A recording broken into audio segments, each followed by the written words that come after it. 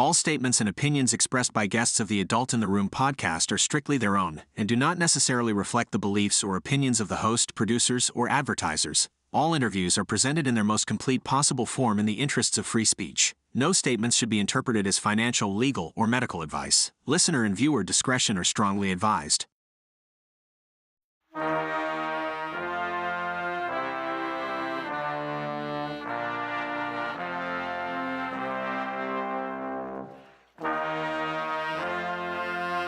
It's the Adult in the Room podcast with Victoria Taft. That's me. Room, and boy, oh boy, we got lots of stuff going on today. Update on the Quality Leering Center, because that's in the news again. Let's see, especially Iran sit rep, because don't you feel it? There's something going on here. We've got the situation with the going of back and forth between Iran, the IRGC, and the Trump administration. And then all of a sudden, there's supposedly a fight between Bibi and Donald Trump. So, you know, it's all working together. We're going to talk with our friend from the Foundation for the Defense of Democracies, and we'll talk with Edmund Fitton-Brown coming up in just a little bit. We'll also talk to Rabbi Barkley. Michael Barkley is a podcaster. He's also a guy who is he's a colleague of mine over at PJ Media. So it'll be a pleasure to welcome him to the program for the first time to talk about his thoughts on, you know, sort of what's going on here. And let's see what else. Oh, yes, a DOJ. Best kind. DOJ prosecutor has been indicted. Now, why am I taking glee in it? Because she's the one who's decided that she was going to release she stole some documents. And she was the one who was prosecuting President Trump for allegedly stealing documents, except she wasn't the president, so she didn't have any right to do that. Anyway, so that is delicious irony. And I think that chick might see the inside of a prison cell. That's what I think. Because I know who's prosecuting that case, and it's, you know, Judge Genovese, nobody's fool. Trust me. So that's going to be very interesting. I'm sure that happened as a result of old Joe being on the old payroll. Yes. Finally, the deep state, somebody gets theirs. I mean, honest to Pete.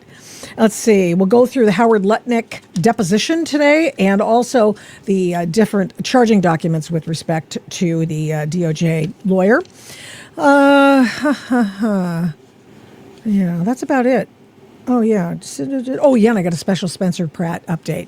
I think I'm just going to have to end up doing one like every week, because dude is just doing a great job. He raised Karen Bass in the last reporting period. Doesn't mean he's going to win. Just means more people are helping him out. And they believe in him because he's not Karen Bass. And they know something's wrong. And they know the people who are in charge of the city of L.A. are part of it and have encouraged it and allowed space for the dysfunction. So we're talking about that and all sorts of going on. Now, remember, you may not remember. Do you remember the Quality Leering Center? And now we have a group of Somalis telling us in our vehicle right now. From this daycare center, we headed over to the infamous Quality Learning Center, which actually spells Quality Leering Center on the outside of their sign. That's how blatant this fraud is here at this daycare. Don't open up! So this is Quality. So don't open up! Wackadoodle-doo.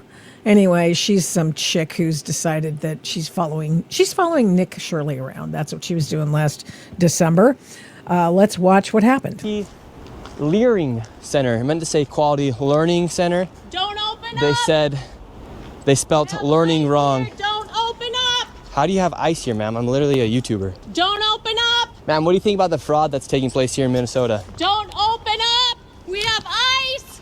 And what do you think about this place being licensed for 99 children Don't open up! and getting $4 million Don't over open the up! It's ice! $4 million in the last 2 years? Go away! What do you think about that? Are you in Go favor? away! Are you in favor of that? Go away! You know You're what it- not welcome here. Are you- Shame on you. Are you in favor of $1.9 million Shame on you. It's going ice. illegally Don't open up. fraudulently to this business that has quality learning center. But Hold on, I'm coming back to it, but I just have to, doesn't she bear a striking resemblance to my aunt lady, who bears the striking resemblance to the woman who screamed into the ether back in the day? You know, in 2017, Donald Trump is your president of the United States. That's who she reminds me. In fact, I'm not sure she's not. Have they ever been seen in a room together? I don't know. Back to Nick. learning right on the door. Don't open up! Ma'am, we are not ICE. I don't care who you are, you don't belong here. I belong here just like you belong here. Don't open! Spoken like a wonderful leftist. You do not belong here. I, the screamer, belong here, but you don't belong here. It's like Antifa in Portland when they say to reporters, you can't report here.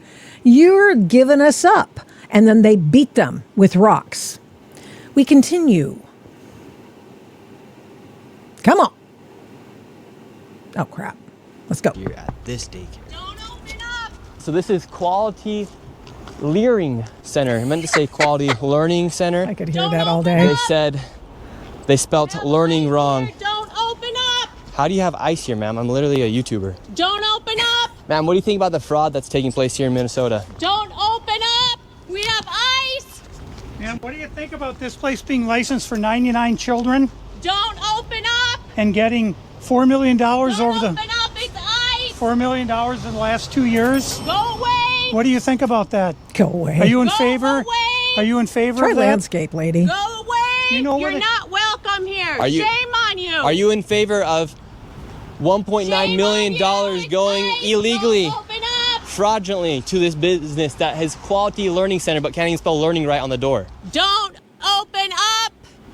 And then he gets in. So let's just fast forward to that because it's delicious. This is where the lady, she looks somewhat familiar, actually. Yeah, are we going to see her?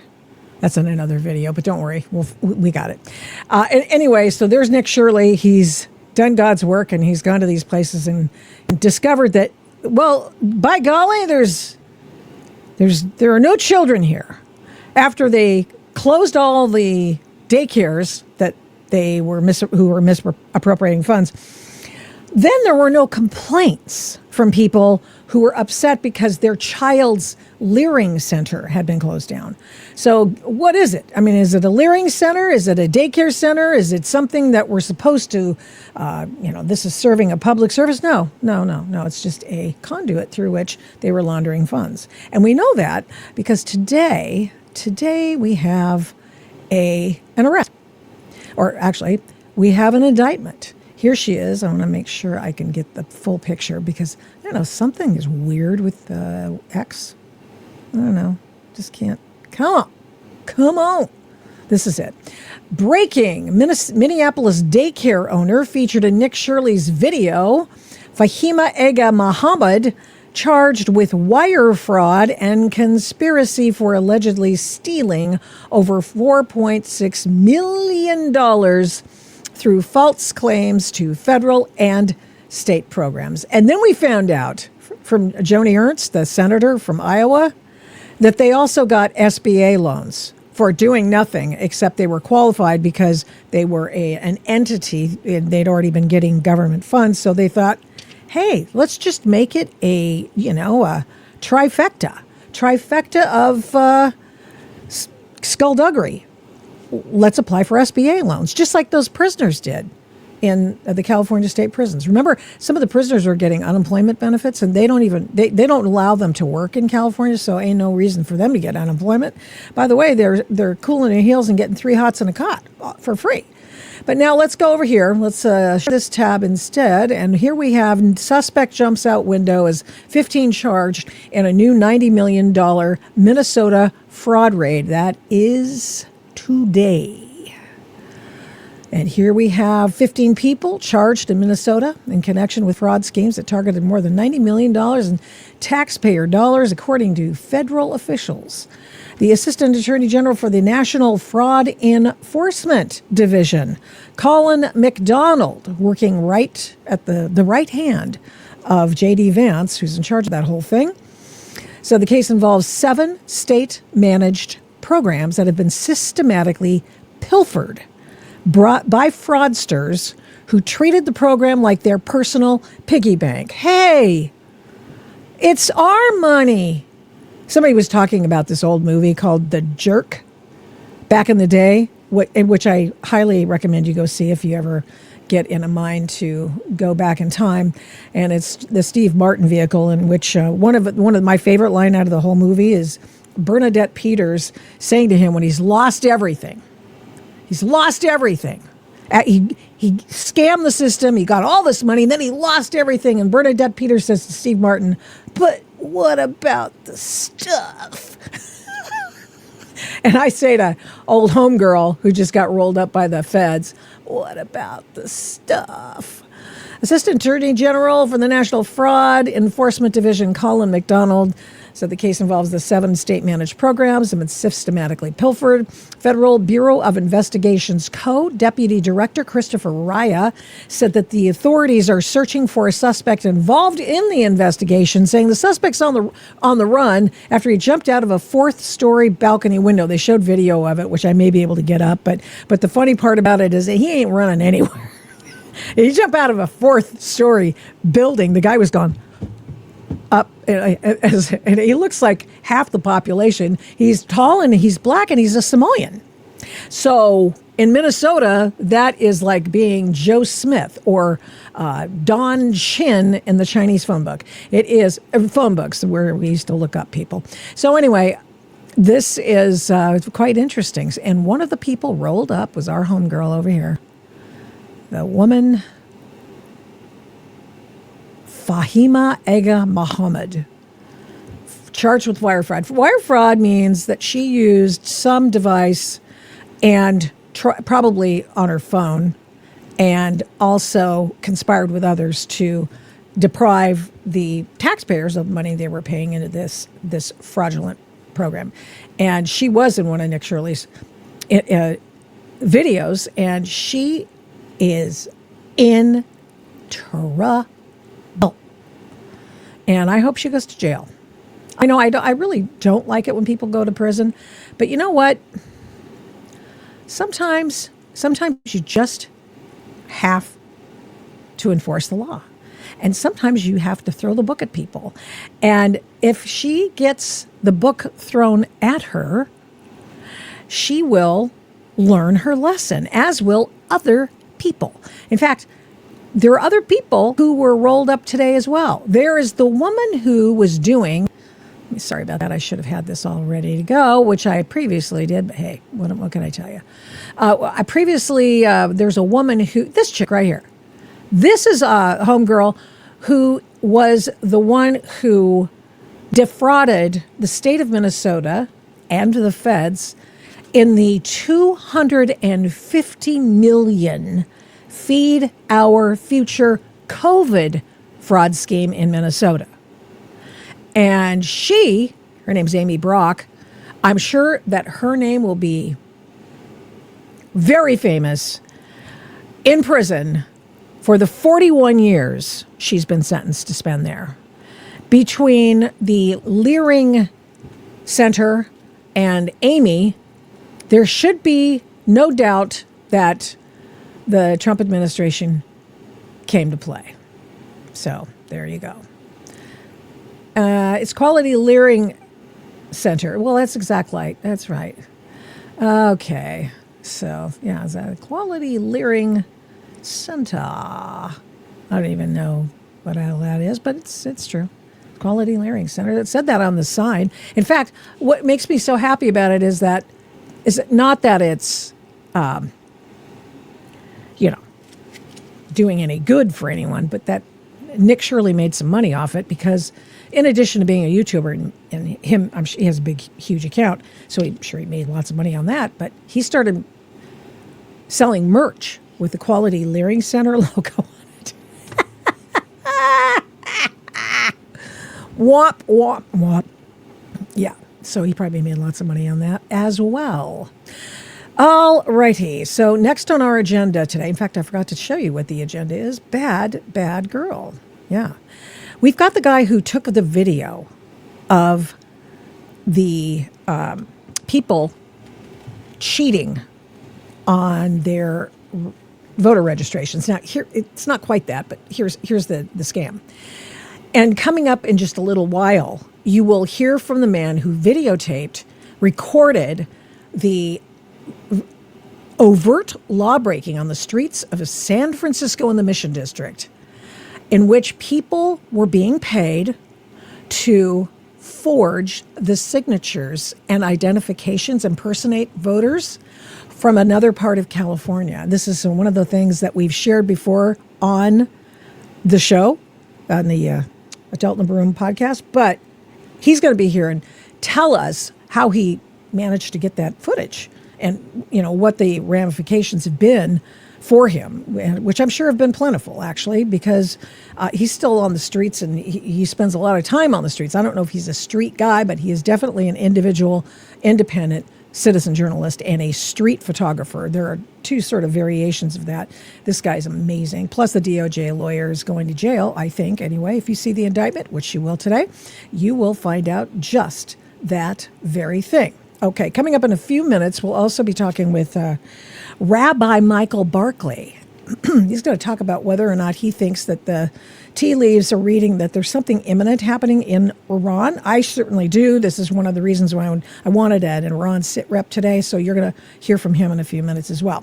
All right, so Thomas Massie's getting a lot of support from the folks who are the anti-Epstein, well, I guess that would make all of us the anti-Epstein people, but the people who want to make sure that there are every single name should be excised from the Epstein files, whether they be accused of anything, found guilty of anything, under investigation for anything. They just want all of the names out there. And Thomas Massie, who is the Tennessee congressman, was tossed out on Tuesday. He lost deeply, badly, very, very badly, to another guy who's a Republican who's more aligned with trying not to torpedo Donald Trump in every single thing he tries to pass through the Congress, which is why Massie lost. I've always liked Thomas Massie. I don't mind. I will tell you, I don't mind that he has been a proponent of discovery in the Epstein file case. What I don't like is that he is so suggestible as to believe that there are other people hiding in the Epstein files somewhere who are kid diddlers and other people. And he continues to play like Ro Khanna and another congressman from California he's single-handedly, Ro Khanna, has chased out $1 trillion in assets from the state of California because he backs the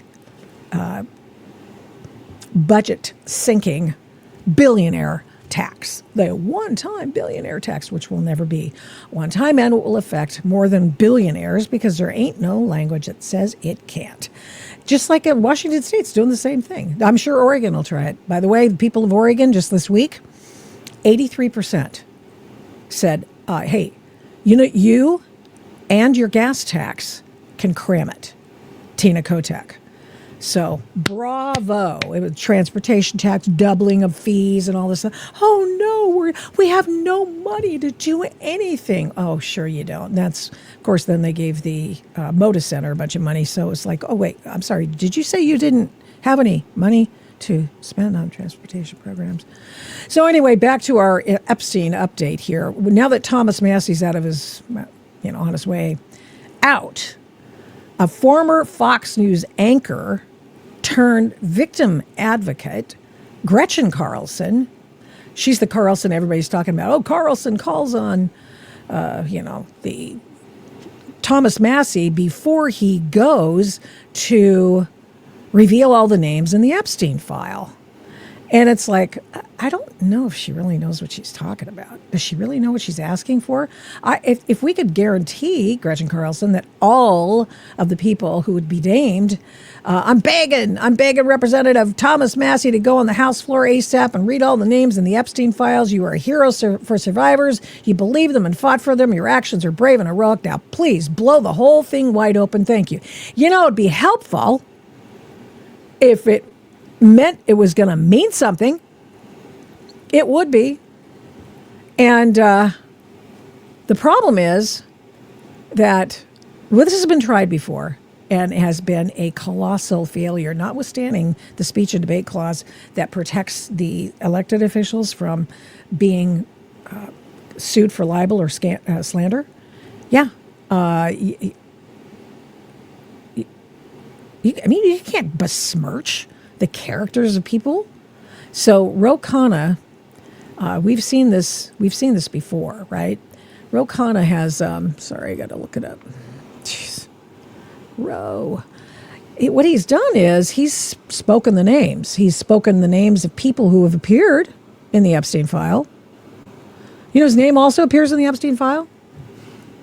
The guy wants to be the House Speaker for the Democrats. I mean, so here he is, Khanna. He's naming names in and on the House floor, and he's naming names from the Epstein file and ends up having doxed. Of the files are still redacted. He ended up doxing the HVAC guys. I think they were construction dudes.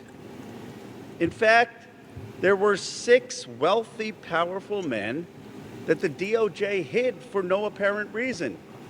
When Congressman Mazie and I pointed this out to the Department of Justice, they acknowledged their mistake. And now they have revealed the identity of these 6 powerful men. These men are Salvatore Navora, Zorab Mikoladze, Leopig Leonor, Nicola Caputa. Yeah, so it turns out, whoops. Yeah, those people totally innocent. And if they could have, they would have. They may be actually suing them now, for all I know. But, yeah, they sued him. I mean, he went out and outed these guys, doxed him on the floor of the House of Representatives. It is part of the congressional record. Their names are in the congressional record now because Khanna decided that he rushed out of a meeting that was in a skiff, rushes out with the names, and then he goes on the floor and says them.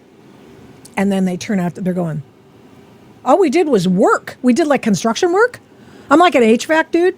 I mean, what the hell are you doing here? So, woo, pretty dumb, if you ask me. And I asked me, so I'm telling you right now.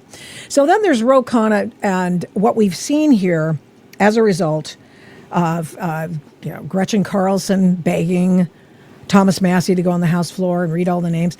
Thomas Mazie, you know what he's going to have to do? He's going to have to go into the ones that have been redacted or sitting in somebody's skiff somewhere. And what he's going to have to do is he's going to have to go through and find out individually if the people whose names are in the files still have been, are there 302s from the FBI?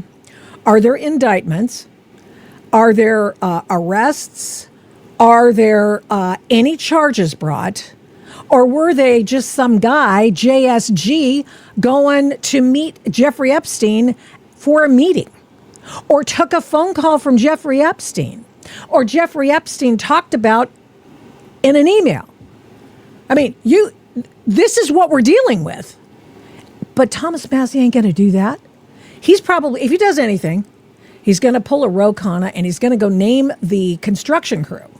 That's what he's going to do. Percent of the files are still redacted. In fact, there were 6 wealthy, powerful men. 6 wealthy, that the powerful. DOJ hid for no apparent reason. No apparent reason to my lights. Of course, I didn't do any investigation of it. I didn't know anything. I didn't bother to find out if there were any charges involved. This is our Epstein update. This happens every damn week. You've got somebody who's really, really ready, willing, and able to name somebody else that Whitney Webb maybe hasn't named in her book. And what they want, can't you just go by the book? I mean, there are a lot of names in here. It doesn't mean that they're in the Epstein files, but nevertheless, could be. They could be. And, we're doing a best of show next week, and our Epstein update's going to be absolutely spectacular. And we're going to, replay an informational, very informative interrogation of a former FBI agent I did on what kinds of things happen in an FBI investigation and how you go about what the records look like, right? What do the records look like? And that will be informative to Khanna and Thomas Mazie. And so what they love to do is they love to dangle the issue. They don't solve the problem. They just dangle the issue. Okay, if there are people who have raped somebody, raped one of these women who were young women at the time or girls, I want to know who they are. But the people who have been paid millions of dollars, these are the Epstein victims. So they've got an Epstein Victims Fund. They've gotten a payment, and so 2 or 3 tranches of payments from banks that did business with Epstein. Then you've got the Epstein funds themselves from his estate. And these people have been paid millions of dollars. So, I mean, and good for them. I'm glad that they did. But know this, if they have names to share, they should say them. And if they have names to share and they don't want to say them because they're afraid of a defamation lawsuit, as Alan Dershowitz did, then they give it to Khanna or Thomas Mazie to give them those names. And they say, these are the people. And you know why? Why haven't they done that? Why haven't they done that? They haven't done it because even though they are covered by the speech and debate clause, which gives them immunity, they won't do it because they haven't bothered to do their own damned homework. That's why. That's why. And it's so aggravating over and over. I think misinforming people. Now, if there are kid diddlers in there, public, string them up. And I'm fine with that. But here's what I want you to know. They're not doing that. They're not naming names because they know that there are a lot of innocent people in there. And just because you were the HVAC contractor for somebody in an email that Jeffrey Epstein mentioned at a guy at the place at the thing, that doesn't make you guilty of anything. So, but there's more, because now we are seeing a device, a speech device, a way in which we are now moving on, because nobody's going anywhere. Nobody's being prosecuted right now because the prosecution happened to the guy who did most of it, if not all of it. He did. And by the way, his girlfriend, she's in prison. So I imagine there might be more people out there. Good. Let's go get them. But the thing is now because there is nothing that we know of. I know people keep saying, oh, Trump's a kid diddler. Okay, bring it. Chop, chop. I don't have to say this for the 5 millionth time, but I will. Because the Biden administration had all of these files, because James Comey's daughter ran the case against Ghislaine Maxwell, and Diddy, by the way, and she had access to everything. You don't think Jim Comey's daughter would try to out something on Trump? You don't think that Mark Elias would get his hands on that? You don't think that Hoffman from LinkedIn wouldn't be willing, able, and just slaking for information about Donald Trump doing something nefarious at Epstein Island, even though he didn't go? Anyway, so Howard Lutnick comes in. Oh, I was going to tell you the rhetorical device that they're using. Let's see if we can spot it, shall we? Let's do this right now. I'm angered by the smears on... Oh, wrong one. Thomas Mazie. Here, let's get to the one I actually... let's go to the one I actually I'm angered edited. by the smears on... No, what happened there? Here we go. Here he is. He lost because he had the guts to take on the Epstein class. He lost because he had the guts to stand up against the war in Iran. I think that the war in Iran situation is right. I think that I don't think it's because of the Epstein stuff. I mean, who's the person who released the Epstein stuff? Oh, that's right, Donald Trump. Do you think if there's a bunch of stuff in there, if there hadn't been 4 years of Epstein stuff that the Biden administration didn't see fit to reveal about Donald Trump because he's, he's just an inhumane individual and he's a fascist and all that stuff, wouldn't they have said something? And now what do we have? We have now the new turn of phrase. It is so that they can besmirch everyone with the Epstein label.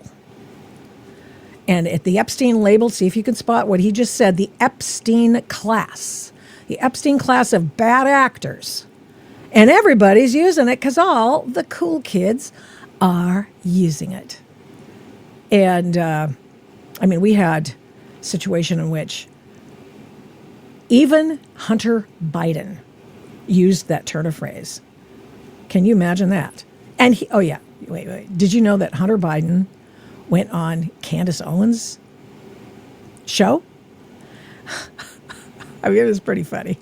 I laugh because, obviously Barkley's got the talking points out, or whoever's doing the talking points for Talking Points memo got them out. Here is just before we go to the Rabbi Michael Barkley. Here we go. Now, here he is. DC is corrupt. Politics is corrupt. But something's changed, Candace.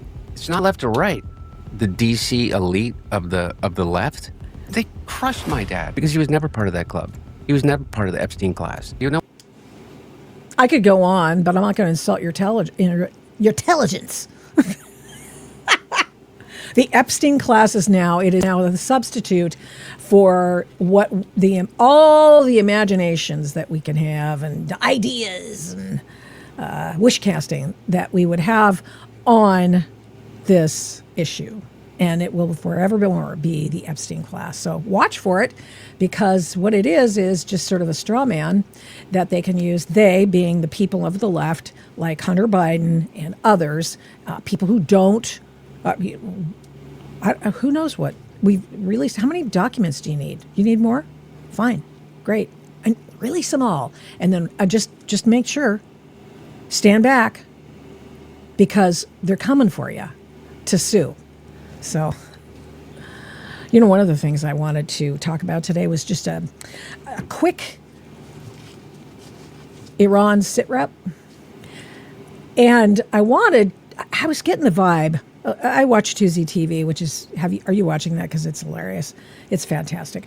And I, of course, listen to podcasts and read, and I just want to know what's going on. I find, Defense One. I just want to make sure I sort of keeping up on the technology as best I can. Yes, I was right about the drone ships. So you're welcome. Thank you.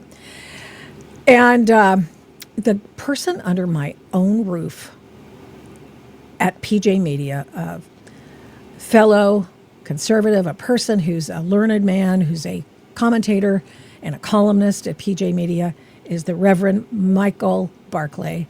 And I wanted to have you on, Rabbi. I'm going to call you Rabbi. I know you probably, Joe, just call me Mike. No, I'm going to call you Rabbi. It'll really tick off the comments section, of which there are many loons on the left there. But I always say I like them to be there because I appreciate that they're willing to listen. So, to me, that's a win. How are you today?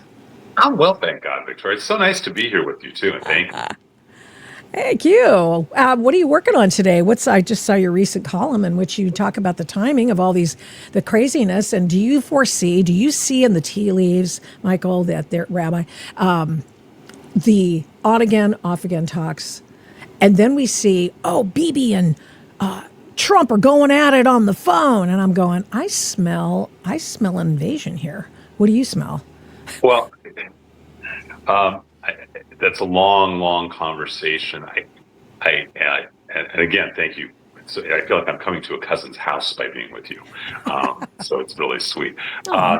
So every day except for Shabbat and festivals since October 7th, I've written an email that goes out to a few thousand people about what's really going on in the Middle East. And when the war started directly with Iran, Chris over at PJ started publishing them every day. They're just emails that go out to these few thousand people. What we hear in America is totally, that's not the right word. It's a great deal of it is fallacy. How's that? Oh, I believe it. A great deal of it is just not honest. It's not open. And it's just lies. And it's related, you were just talking about the Epstein class, which is just another dog whistle for those who like Jews, Israel, and Jews. So if you're Jewish, if you like Israel, that's actually, if you look at it, that's what's being labeled as the Epstein class. It's pretty much across the board people. It's a nice way of saying Jew friendly in a derogatory way. There's a lot of horrible things going on. Look, here's the first reality. This is going to end the way it's going to end. I just a few weeks ago started a syndicated radio show and a podcast called The Rabbi's Table, and just had Robert Spencer, another colleague, on. He'll be on this Wednesday. I had Alan Dershowitz. I had Dinesh D'Souza. Anyone who has good people. Yeah, no, they're really. We've had some weekly show. It's on KBC. It's CRN's distributing it, and then it's also podcasted. Anyone who has any knowledge about Islam, it's very clear. Whether it is a respite, a ceasefire, whatever you want to call it, ultimately, this only ends in one of two ways. Or three ways, I guess. One way is if there was a revolution within Islam, so that the 80% of non-extremist Muslims, not practicing Muslims, kind of took over the theology. The other way is the Quran is very clear. Either it's a worldwide caliphate or they will die trying to make that happen. In our minds, it's a war that started a couple of months ago. Maybe it's a war that started October 7th. In their minds, it's a war that's been going on 1,400 years, and we need to understand that. Which this is just the latest battle, and the Quran is it's a business plan to create a worldwide caliphate run by Sharia law. When you understand that, everything becomes in a different perspective. The idea of this ceasefire is a joke. There's a law within Islam that allows Muslims to lie to non-Muslims. That's why they don't keep any agreement anyhow with Iran. They've been at this for 47 years with this regime. And we should finish this war while we have the opportunity before they get nuclear weapons. And that's, this stalling out is not helping anything. It's just letting them rearm. And that's what's going on. Today, I don't know did you read the news that came out this morning about the Ayatollah? No, what is he still dead, or is he still alive, or is he still blind? Does he have still alive. He's still, he's still gay. I can't speak for that with any honesty. I'm straight. I keep asking people, all the people from Foundation for Defense of Democracies. Okay, have we figured out if he's gay yet? Because that's hilarious. Because they'd string him up. Anyway, he has come out. They're not. He's made it clear they're not getting rid of their enriched uranium. Oh, I did hear that. Yeah. Yeah, and they're just not going to. And their demands are financial remuneration for all the damages that have happened during the war. They want all their funds released. They want all this craziness. And I really wish that we would just go in and say enough is enough and take over the Strait of Hormuz, do what we need to do. All this is stalling it out so that there will be more war. It will be worse because they are unearthing their weapons. They're unearthing their launchers. They're getting new ones. There's been shipments coming in from China. So whether it's a ceasefire that's a day, a week, an hour, a month, or a year, it's temporary because of what their commitment is. What's Trump's angle? I mean, is he trying to just look like a reasonable individual, and maybe we are rearming too? Because I understood that we were a little low on some of the munitions, so I wonder if maybe that wasn't just to buy us a little time as well. I gave up a long time ago trying to figure out what was going on in Trump's mind. He's both brilliant and crazy in the best of ways.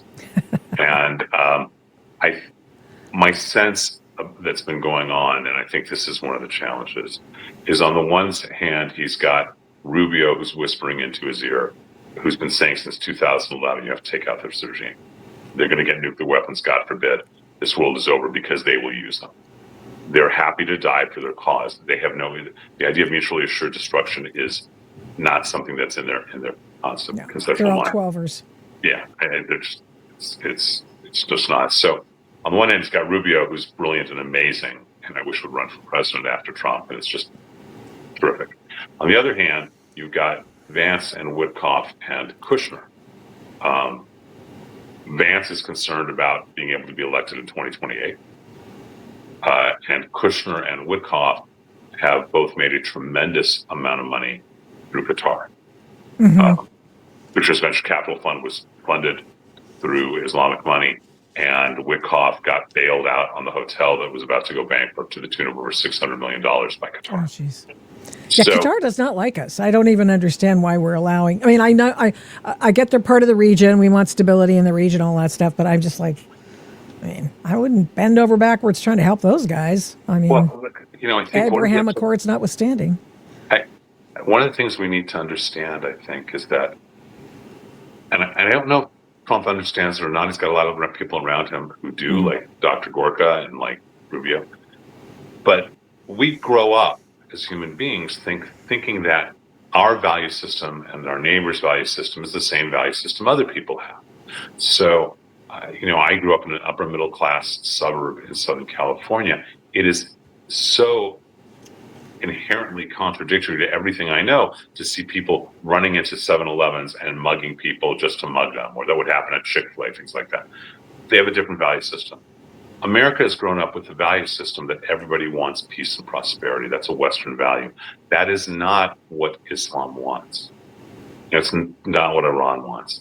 And this isn't about Israel. When the Ayatollah 47 years ago took over Iran, he didn't make any comments about, now we're going to take over Israel. This is about getting land from the Jewish state. His comments were all about that now we have a homeland, we have a land where we are in control to create a worldwide caliphate from. So I really hope Trump does realize it. I think he's just generally a very optimistic man and is hoping and believing that economically he can strangle them enough that they will be forced to do things. I don't know that that's true, and I think it's only a matter of time before this becomes a very hot war again. Whether that's, I think so too. It's gone on a long time, and Israel also can't let it go on. Obviously, Netanyahu and the Israeli politicians, the whole nation, understands what's going on a lot better than anyone here in America does. Yeah. Yeah. So do you think that they really had a fight, the president and Bibi? I don't. I think the idea of fight is a harsh words connotation. So I'm gonna. Someone said, "Why do you rabbis always answer a question with a question?" And I always said, "Do we?" And then he told a story because that's what we do. Years ago, I was Professor Loyola Marymount University, the chair of the business school, dear friend, very, very close friend. He used to stay at our house. Also a rabbi. And we would have vehement dialogues about what would be best for the Jewish students at Loyola. And the priests would look at us and figure we must be enemies because in their world, if you argue with someone, you're their enemy. In our world, it brings us closer together. It's a theological issue. I think it's the same thing with Bibi and Trump. I don't think they're fighting against each other. I think they're wrestling in an intimate way, saying, look, I know better. No, I know better. No, I know better. And they're both brilliant and talented men. So I think it's more 2A personalities trying to negotiate in very passionate ways than it is that they're actually arguing or fighting or making those kind of comments. That's my sense, at least. So the sooner the better. The bigger the booms, the better the booms. And let's get this show on the road. I can't even imagine a day in which we would want to solve a problem. I know this sounds terrible. I like the idea of a diplomatic end, but with these guys? Are you kidding me? They hate us. I mean, they'd just as soon drop a bomb on us as say good morning. So they'd rather drop the bomb. Yeah. Okay. Yeah. Okay. I mean, I feel like And by the way, have you noticed that Pakistan's name is not actually in the mix quite as much anymore? Well, except that the Pakistanis are the ones who are moving things back and forth. Again, a totally Islamic nation. This is not an impartial mediator. This is an Islamic nation. I mean, letting them park their war jets so they don't get hit by U.S. strikes. I mean, to me, that's like hiding Osama bin Laden for all those years. I mean, it's tantamount to that, right? No, you're absolutely right. You're really right, Victoria. And we need to wake up that this war that is happening there, which is a war against Western civilization, is also happening here domestically too. That whether it's Mandami, whether you see it with Mandami, whether you see it with California Bill AB 2017, trying to make Islamic religious holidays official state holidays in California. These are all different ways of what really is the goal, as stated in the Quran, which is to create a worldwide caliphate of Sharia law, in which case you and I are both infidels who must be either converted, killed, or enslaved. That's pretty much it. That's it, isn't it? Yeah, that's really the choice. Convert or die. Yep. Convert and die. Yeah, and it's or you can be taxed for a while. You can be enslaved, which is why Robert Spencer, our colleague, calls it a parasitic culture, a parasitic philosophy in his new book, Tragedy of Islam, that he just read. Is that out already? Oh, my It is out. It's terrific. He writes. Every time I have him on, he's got a new book out. The guy's prolific. He's prolific. And you want to hear something really disturbing that was disturbing to me, at least? Sure. So this Michael Horn, Jennifer Horn's dad, and Carmen approached me to do a radio show and a podcast. So, okay, we'll do this. But I want it to be a dialogue, not debate, because I hate the craziness of Candace and Tucker and Piers and these people who are, just trying to create incendiary fireworks. And that's not how we bring people together. So it's called the Rabbi's Table, Dialogue, Not Debate. And one of the shows I wanted to do is I have known a man over 20 years. We were colleagues at Loyola Marymount. Brilliant man named Dr. Amir Hussein. He's pretty much considered the top theologian, top academic in the country about the religion of Islam. He was at my wedding. And so Amir, I wanted to have Amir and Robert, because Robert is extremely sane. He's not screaming. To have a dialogue together, because they both have translated the Quran. They both are so much more knowledgeable than the rest of us. Mm-hmm. And Amir had originally said yes, and then he backed out. And he wouldn't sit with Robert. And Robert and I talked about it a little bit, and he said that as a general rule, people who want to justify Islam as a religion of peace will not sit with him, because they can't contradict what he's showing and saying is actually in the text. It's really sad to me. And it was a big statement as well. Can you take what Robert says in one sitting and then give that to your Islamic friend or your Muslim friend? I mean, he backed out of it via email and has not returned a phone call or email since. It's really sad to me because I really care about the man. But we need to understand that there is a polarization. We need to understand what the Quran actually says. We need to understand, as Westerners, that this is a battle for literally our culture and our civilization. Yeah. And we're losing it right now. And we're not losing it necessarily in Iran. We're losing it in the state of Washington and in the state of California and in the city of New York, and with all these Sharia communities that have popped up all over. And we're losing it. I wrote an article for PJ when this mosque was shot up in San Diego. Mm-hmm. And actually, I take it back. It was not for PJ. It was for American Greatness. I apologize. Oh, okay. I apologize. And it was about the fact that this is all going to be used to raise money for this mosque, which is responsible for housing and taking care of two of the hijackers from 9/11, which is constantly promoting the destruction of America, et cetera. They're using it already to say, oh, look, it was Islamophobia. They're using it because the Republican Party, Roxanne Hope and other people in the Republican Party in California are fighting against AB 2017, this bill that wants religious holidays. And they were having candidates start to say in debates to the Democrat, how do you feel about making an Islamic holiday a religious holiday? Well, Now, the counter argument is, oh, you don't want it because you're an Islamophobe. And that's what caused San Diego. They're using it for political leverage and political power. It's really disturbing.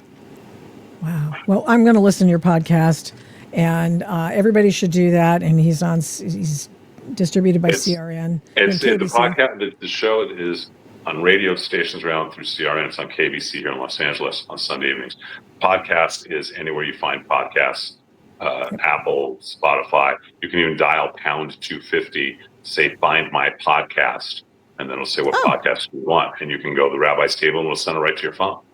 I did not know that. That's amazing. It's a new thing that Sharon is doing, that you dial #250, and then it's just sort of this noise, and you say find my podcast. I guess that routes it to. That's wild.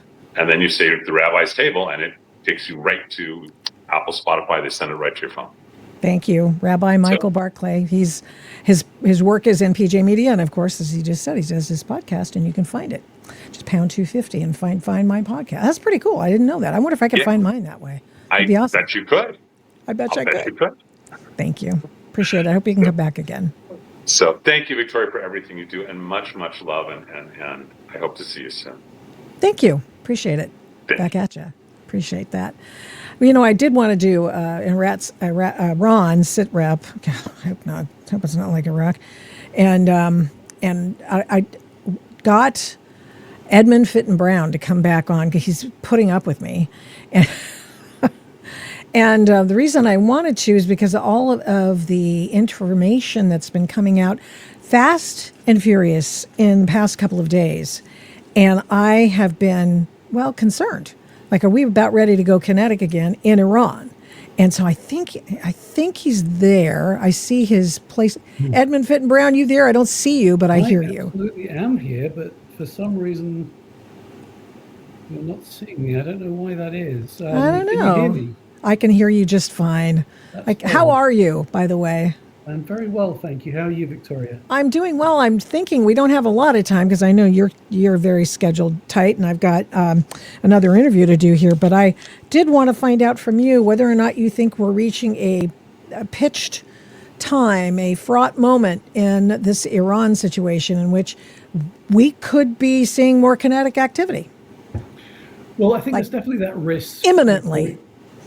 Yeah, definitely that risk. The president is kind of cornered here because the Iranians are offering no real concessions, or at least very, very few.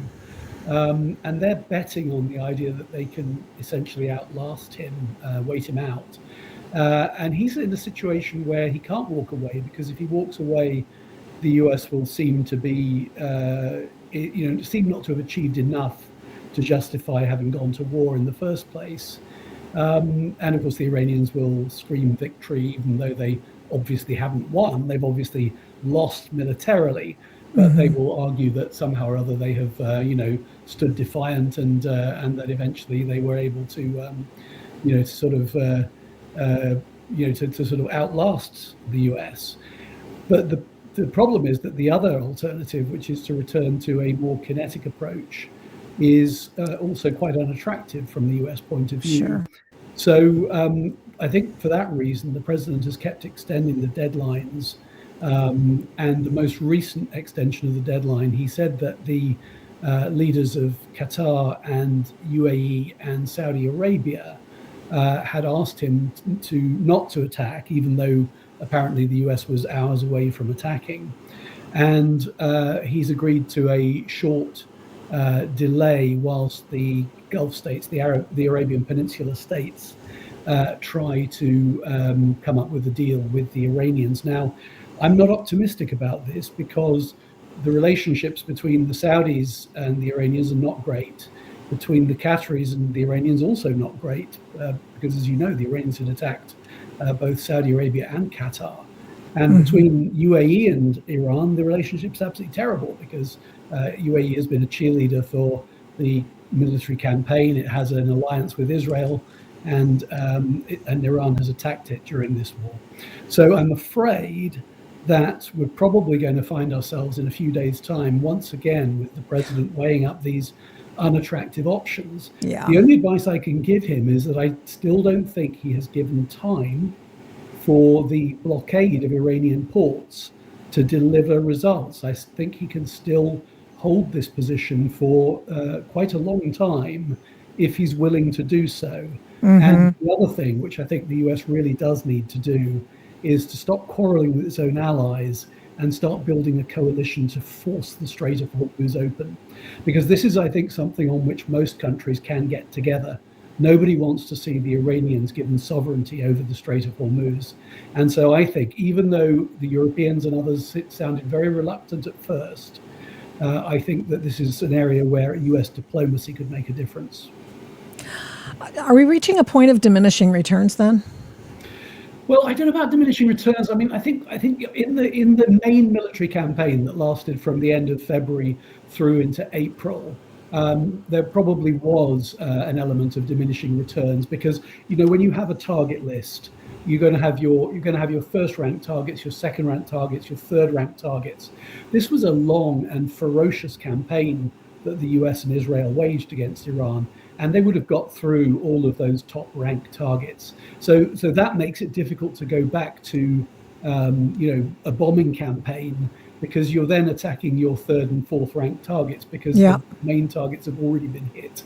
I don't think there's a diminishing return with the blockade. I think that the blockade has not yet been given the chance to do its full work on Iran. The Iranian economy is absolutely on its knees, and the IRGC, who are calling the shots in Iran, they're going to struggle to pay their people, and that creates a problem, including, of course, the Iranians worrying about whether they're going to face unrest on the streets again at some point. Well, I just feel like going into this Memorial Day weekend, going into special holidays in Israel, I mean, we've got all of this stuff sort of interplay. This is working here. We find out that allegedly there was a very loud and tempestuous phone call between Bibi Netanyahu and President Trump, and I mean, wasn't the last bad phone call those two had a precursor to more kinetic, the actual invasion or attack? Yes, I mean, this is the thing. There's a strange dynamic, I think, between the two leaders. The Israeli objectives here are relatively clear. The one thing they don't want is for the Iranians to be able to declare victory. And the Israelis have always been pretty clear about their war objectives. They wanted to set back the nuclear program, they wanted to set back the ballistic missile program, and they wanted to set back the Iranian proxies. And then, of course, in an ideal world, they also wanted to see regime change in Iran. Now, the Israelis already got most of what they wanted, but they also know that if the Islamic Republic remains in place, then it will just set about rebuilding those capabilities that have been destroyed. And then you probably have to do this all over again in 2 years' time. And of course, one of the things the Iranians are aware of is that President Trump's presidency will start to expire over time. 2 years from now, he will be coming very close to the end of his presidency. And of course, we don't know who might be his replacement. But the Iranians are very aware of this stuff, so they will play for time if they can. The Israelis will say that from their point of view, it's an existential issue, and therefore, if the Iranians start rebuilding, then the Israelis will, they'll look to get involved again as they did last year. So I think that this is really difficult from the point of view of the United States, because the US has never really set out with absolute clarity what its war objectives are. I think President Trump has been clearest about the nuclear file. And if the Iranians would make some concessions on the nuclear file, we still might get a deal coming out of this. Unless it goes kinetic in the next couple of days. I really feel like something's happening. Of course, you're the guy. You're the man who's literally, you have squared off with terrorists in negotiations. So I defer to you, of course. You're such a, person that is keeping his head here, and when things are crazy, I think Victoria, I'm definitely not saying you're wrong. I think it could go kinetic again. I think that's absolutely possible. Like imminently is what I'm thinking, but I don't know. It could be imminent. It could be, because the other thing to remember is that one of the things that President Trump has done in the past is that he's activated a negotiation channel. He did this with the Europeans, with the Iranians, just before the 12-day war. And then that gives you the element of surprise and you strike. So yes, you could be right. But whatever you say, I'll defer to you because you're the man. Okay, Edmund, Fitton-Brown Foundation for the Defense of Democracies. Thank you so much for coming back on. I appreciate you just doing it in a pinch and just giving us an update on what you're thinking right now. Appreciate it very much, sir. Most welcome. Thank you very much, Victoria. Thank you. Appreciate it. Here's the man who, well, he's the one who took this video. Streets of San Francisco. And in so doing, he captured absolute, unabashed, unquestioned, and questionable voter fraud.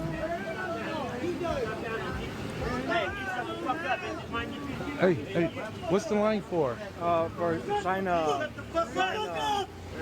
petition. Shut up! Don't say nothing no more. They get $25 to sign a petition. They get $25? $5. $5. Okay. Would you have to have your ID? I'm not sure. You know what I appreciate? I like it when people, as a reporter for a long time, decades, ask the question.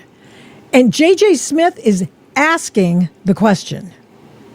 And, you know, it takes skill to do that. He's been doing this for a little while. We'll bring him in. J.J. Smith, street reporter, independent citizen journalist. Very much for coming on the Adult in the Room podcast. Really appreciate what you do. Thank you for having me. What got you started doing stuff like this? Well, actually,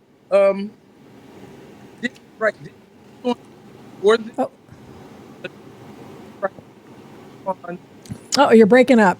We got some bad. I think you got a bad. Do you have Wi-Fi there? I mean, are you working on? Yeah, I'm not hearing. You're going like every other word I'm hearing. Let's keep trying it though. Okay. You're still bouncing in and out. I wonder if Alex can help. Alex is the tech person and producer extraordinaire. And I'm going to call an audible and see if maybe he can. Hey, Alex, can you hear me? And can you help? Can you help with JJ's? He says he's hearing. He says, have him rejoin the podcast and see what happens. Can you do that? Can you just come back in, just leave and then come back in on the link? Okay. Sorry about that. I mean, that's kind of a pain in your butt, but there you are. We'll play your video, and then we're going to come back and talk about your video. I appreciate it. Okay, so we are going to kick you out of the studio for just a moment. Does that mean yeah. If you want, no, I just, okay. Oh, okay, coolio. Okay, I'm going to get rid of the other one. Kick from studio, kick guest. Oh, no. Okay, there you are again. Sorry, I've never had to do this before. Let's see how this one works. Does it sound better now? Oh, gee, it's like night and day. Awesome. Okay, so here's your video. Here's a little bit more of your video. Just want people to see this.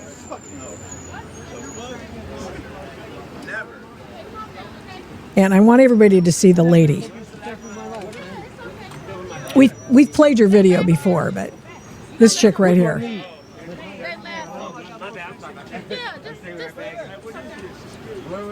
What is this?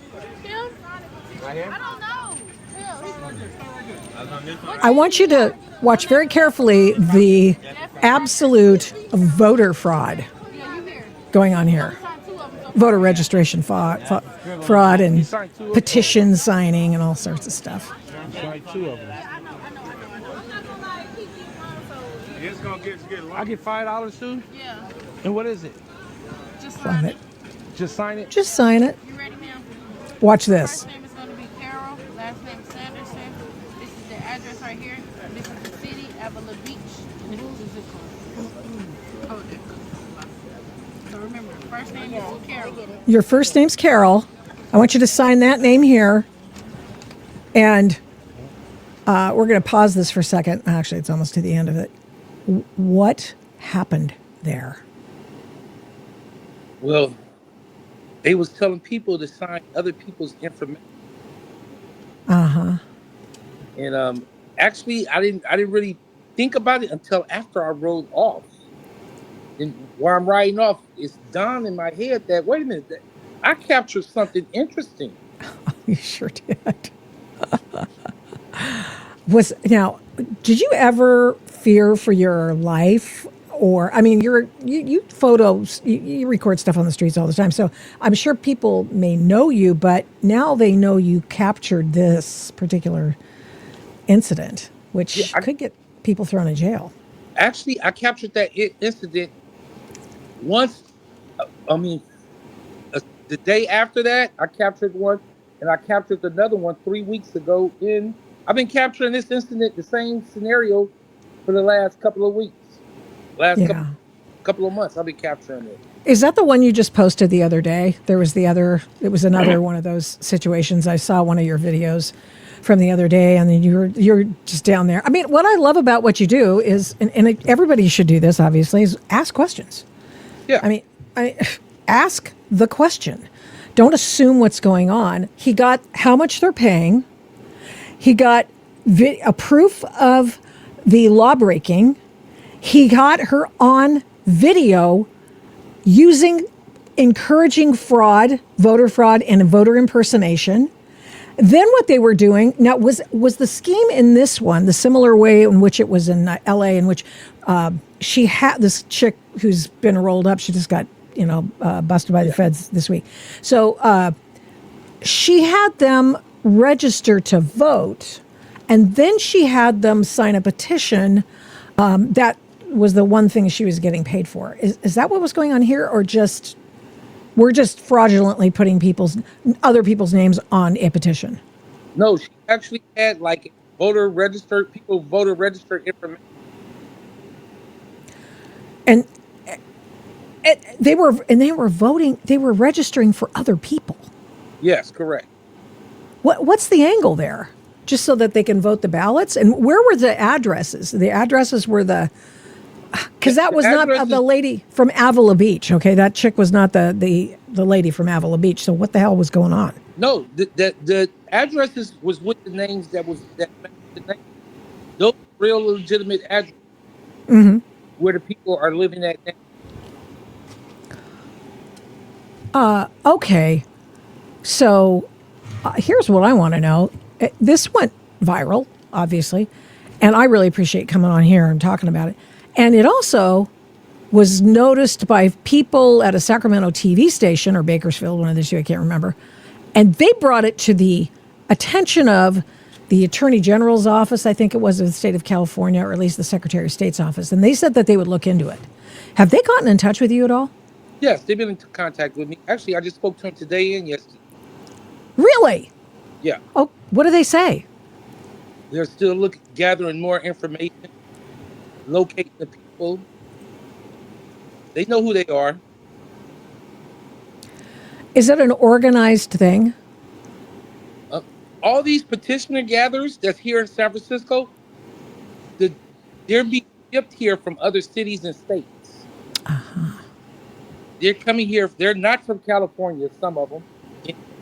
Some of them are not even from San Francisco. What else do you know? That's all I know so far. I know they're still doing it. They're still doing it. And do you just go down every day and they're still doing it and you capture them on? Every day I go out and people are still doing petitions. All of them are not illegal, but you have some of them that are. In what way are they illegal in your book? They're illegal because they're offering people money. That's one thing. Secondly, right. They're illegal because they're using other people's identity. Yeah. And what happened to those voters whose identities are being stolen by these guys on the street? Well, all I know is one person on one video I did, one of the persons who they was using contact me and asked me to take my video down because they had. Oh, I didn't hear that. They take that off because it had her address on it? Had his name and address on it. And I said, it's too late now. If I take it off, it's still up there. Oh, yeah. Whoa, now, so remember now you were looking at your video. Let me just go back and I think this is it. Okay, this is your video, and I'm looking at this chick. It was 3 people sitting at that people that think was 6 a guy. Here she's looking at you, and I thought, just a flash of anger, just a little like, what are you doing here? And she's caught breaking the law. Did you feel unsafe after that? I mean, you are a male, so you already have an advantage. You're bigger than she is, I assume, so you already have an advantage, but still, you're not 100% safe. They had a guy with them too also. He's sitting over there in the white shirt. It's him all the way to the other side. He has the white shirt on. Look, he has the white shirt. Him with the white shirt against the gate. Yeah, against the gate. Oh, I don't see the guy in the white shirt, but I see other people. Oh, there we go. Oh, a striped shirt. Yeah. Okay. With them also. Okay. So that dude. So is he doing it too, or is he just the security guy? He's the security guy. Okay. So he could put a little hurt on you if you wanted to. And then there was another female sitting next to her. Uh-huh. Well, this is the thing, JJ, and this is the thing that they always say, well, this never happens. You crazy people on my political side of the aisle, I can't believe that you even think that there's voter fraud. And, I've talked a lot about the voter fraud issue, and it's really voter impersonation more than anything else. So they don't go out necessarily and steal ballots, although that happens, I'm sure. But they steal people's identities, and they grab the ballots, or they sign petitions for them. Like, do you know what petition this was that they were signing for? It was 3 of them. It was more than 3, but one of them was for a billionaire's tax. Wow. Another one was for a retirement fund. Oh. And another one was for something about Better California or something. Uh-huh. I can't recall what all. Oh, that's right. I did a story about it for PJ Media. I think that last one, Better California thing, that might actually be one of the Republicans that, co-signed with this particular, contracted with this particular outfit and had their paid signature gatherers doing this. This is just outrageous. Yeah. None of those 3 people that was there is from California. And did you find out where they came from? How did you know that they weren't? Did you just go back and say, hey, where are you from? No, it's actually during the investigation that's going on, it was they're identified. They're not from California. Oh, okay. All right. Was that from this TV station one, or is that subsequent revelations that we found out from this operation? Has anybody been arrested yet? Well, I filmed one person. He was in the act of doing it, and I filmed him while he was doing it. The DA's office came up and arrested him. Really? Yeah. Wow. Okay. How long have you been doing this? Well, I've been documenting things in my community since 2022. Okay. You've been at it for a while. You've seen it all, haven't you? Yeah. I watch your videos. I want people to go see. JJ Smith is where you can find him on X. His handle, however, is War, and a series of numbers. War 241 82236. And you will see some of the rawest video that you will see of the people who are just completely lost to themselves and to the world on drugs, and it is so incredibly sad. And I've been there in San Francisco. I've had, I don't know, do you throw out your shoes once a week, or do you just sanitize them every day, for crying out loud? Because there's so much interesting stuff on the streets of San Francisco. I mean, honestly. Actually, I have to take them off before I walk in there. That's exactly right. Yeah, get some of that. Get some of that COVID spray that's left over that nobody ever bought. I highly recommend. So, and then the mission. Where are you here? What section of the city? In the Tenderloin. And there are a lot of NGOs and nonprofits out there, and a lot of people take care of the homeless people, or get them food, hold church service. I mean, I've been there. I know. And the thing is, how do they countenance such a thing? How do they look away when this sort of thing is happening? Because there are 2 people being victimized here. One person's being impersonated and another person's being beguiled into breaking the law. That's not good either. No. No, it's like it's lawlessness. That's what I call it. Mm-hmm. And it's like they have the police that want to do the job, but then you have those people that defund the police and all their political power stopping the police wanting to do the job from actually doing it. Then you have judges in San Francisco that when the police arrest a person, they file the charges, you have the judges releasing them, even if it's real serious charges. How have things gotten better or worse since you started documenting in 2022? Well, it all depends. Some things got better, which is good up under the new administration, new Mayor Glory. Mm-hmm. But then it's a lot of work needs to be done, and sometimes they overlook the rest of the work that they have to do. I believe they just got too relaxed and too comfortable. Yeah, I guess they don't have to contend with, human feces and stuff to the extent that a lot of other people do. I'm sure you see it every day. I mean, yeah. I can see why you're on a bike. I wouldn't want to walk on there, Are you on your bike all the time? Is that sort of how you're known? Yeah. I'm on it all the time. Uh-huh. Why? It's probably safer that way for you, right? No, it's I can just get to where I need to get to faster. Yeah. You hear those police sirens and the ambulance sirens, I can get there just as quick as they get there. Oh, yeah. Especially on the streets of San Francisco where it's pretty, a lot of cars, a lot of patrol, a lot of traffic and stuff like that. So, have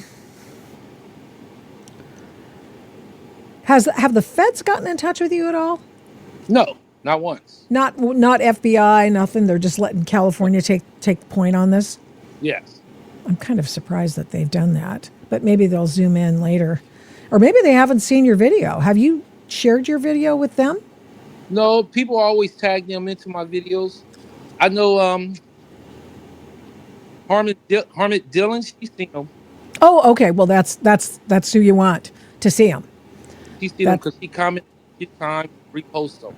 Yep. Okay. No, she's the one. She's in charge of the Civil Rights Division, and that's the one that oversees voter integrity. And there are all kinds of things that come into play in the videos that you're sharing there, and it is stunning, absolutely stunning. I'm surprised. I think probably because they just did this LA one, and they announced that this week, and the chick who was caught doing that on the videos for James O'Keefe, and he had her doing it over and over 28 times, and he's got the video for it. Do you stand there and you just watch them? And because if the more times you get them breaking the law in succession, the better. I mean, I don't know if you want to get them busted, but we want you to want to get them busted because we think this is really bad for integrity of the vote in California, frankly.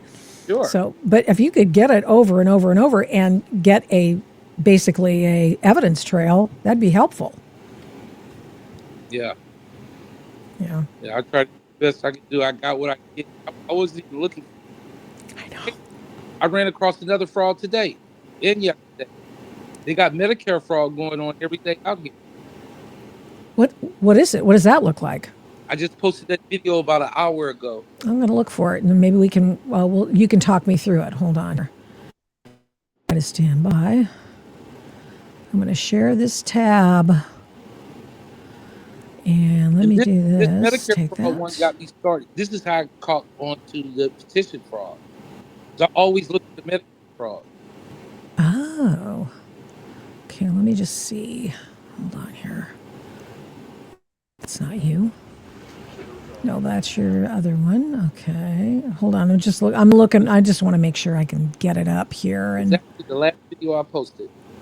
the last video. Okay. I think I might have to do my share screen stuff again. Hold on. And JJ, I'll have you up there. Share. And let's do this because I want to see this. Let's see. Here we go. Take this off. Put some. Okay, let's go through this and find it. And last video, this is, hey, help J.J. Smith rebuild his community. And here we go. Let's pull it up. What do I need? Medicare and ID, but I'm not sure how long we're going to. I'm not sure if these are our last customers, but when the boss comes back, I'll find out. Medicare. I need my Medicare card and ID. Yeah, Medicare and ID. And they're out there pretending to be doctors or nurses. They're having people standing in the corner taking urination tests. What are they doing? They're taking a test? What? I'm sorry. Just urinating in the cup. Really? Yep. Out on the public street. They will stand in the corner and urinate in the cup. 300? What are they doing that for? They want people Medicare record, Medicare card and social security number and ID, so they can build Medicare like service. They pay people $5 for their information. Dude, that's amazing. And you're sure about that? Positive. Wow. So they go, okay. Let's just reiterate. They go, they pee in a cup, and then they use that, everything. I mean, that's DNA right there. That's their name, their social, everything. Yeah. And then that's when they start manufacturing the records. They start manufacturing the places or the reimbursements that they seek. Yeah. And you know this for fact because why? I mean, it is hinky looking, obviously. But I've been looking. I started looking into them way before I found the petition. I started doing the petition. I've been looking into them for a year. Wow. I have multiple people pull their Medicare payment plans up after doing these. They're being charged $4,000 and $5,000 for services that they never did. Wow. And let's watch. These people that come to the tender line and see it and do it. Okay, let's do this.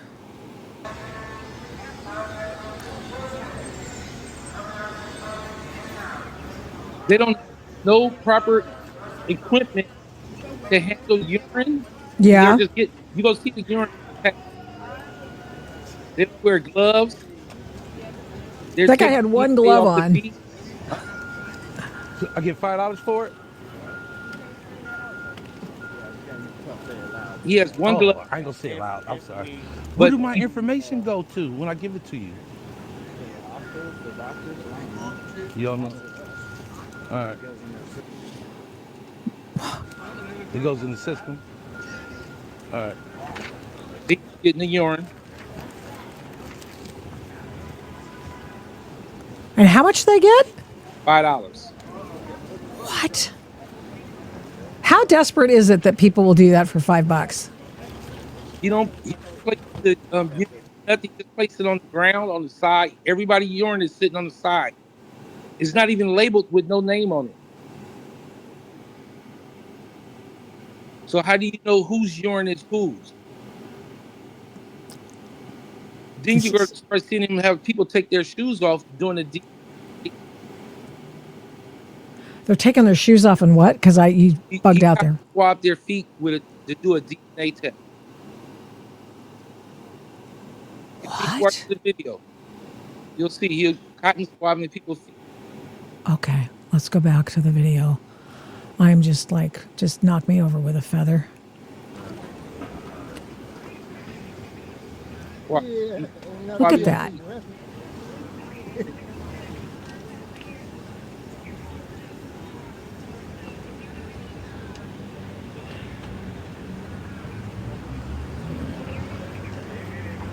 Is this the line behind him? Oh, I thought that was. I've been right there all this time thinking that was the line. Wow. JJ. All this Medicare fraud. Oh my gosh, that's insane. Are you sure they're? I would say it. Look, the question is, are you sure? But the other thing is does anyone's name actually go on any of those sample things? Like that guy just took the DNA of that person. Did that person's name go on there? Or is there a label maker, like they do at the hospital? There's no labels on there. Wow. I watched the whole thing. There's no labels on it. And usually they have a chest. Like if you go to the hospital and you do this, they're going to put it in a chest, an ice chest, to keep it cold or whatever. He lays it right there on the ground. Well, and it's unmarked. And it's what unmarked. The hell, man? It's unmarked. And he have the people go on the side of the van. It's a truck right there. Mm-hmm. He have them go on the side over there and go take a urine, go pee. So they're publicly urinating. Yeah. In a cup. Yeah. But they're encouraging that. Yeah. They are taking the samples. They are not marking the samples.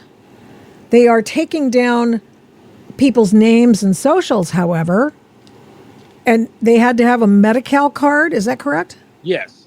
Which is, that's Medicaid for everybody else. They call it Medi-Cal in California.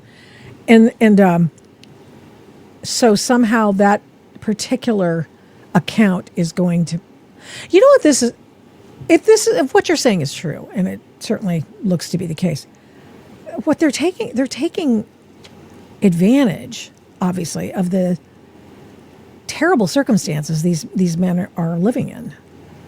Yes. And they're plundering the system. Yes. This is not the first video like this. I have about 5 or 6 more.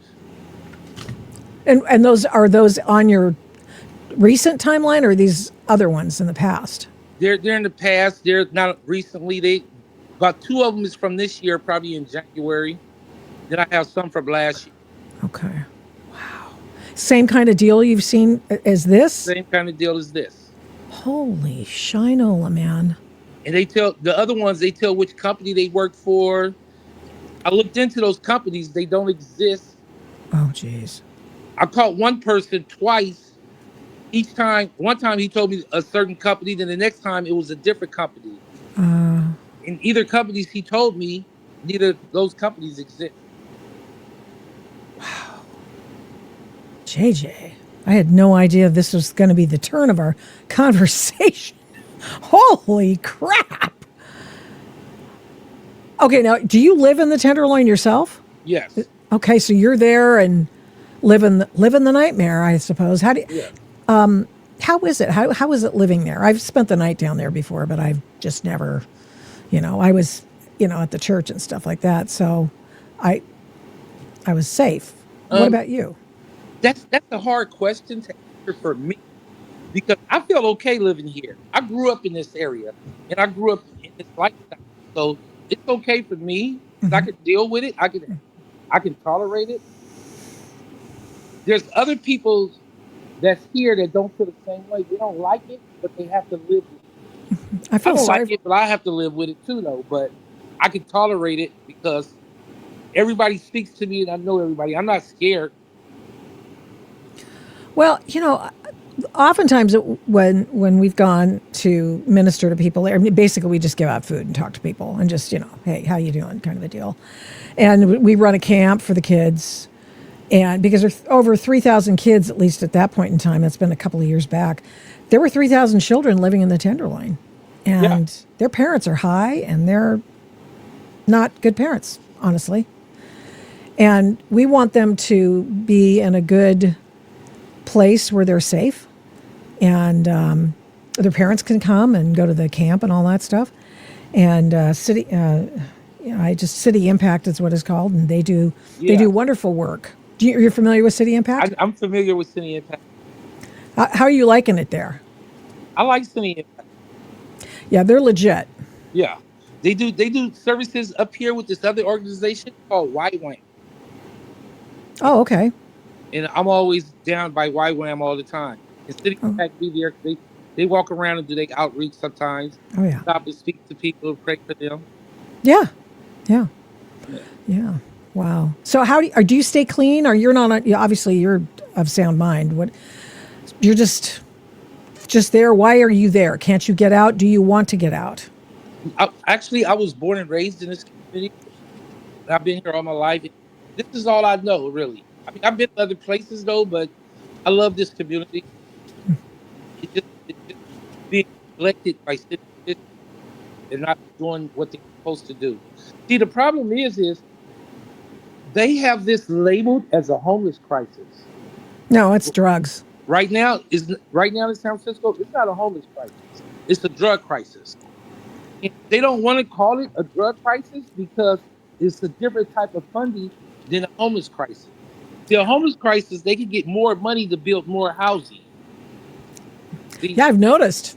I've noticed all those buildings going up. I've noticed all those new NGOs around. And all those new houses that they building and talking about is going to be for the homeless.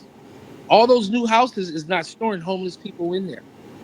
They're being sold at market rate value. What? What are they doing with them? They're being rented or sold at market rate value. They're not being built all for the homeless people.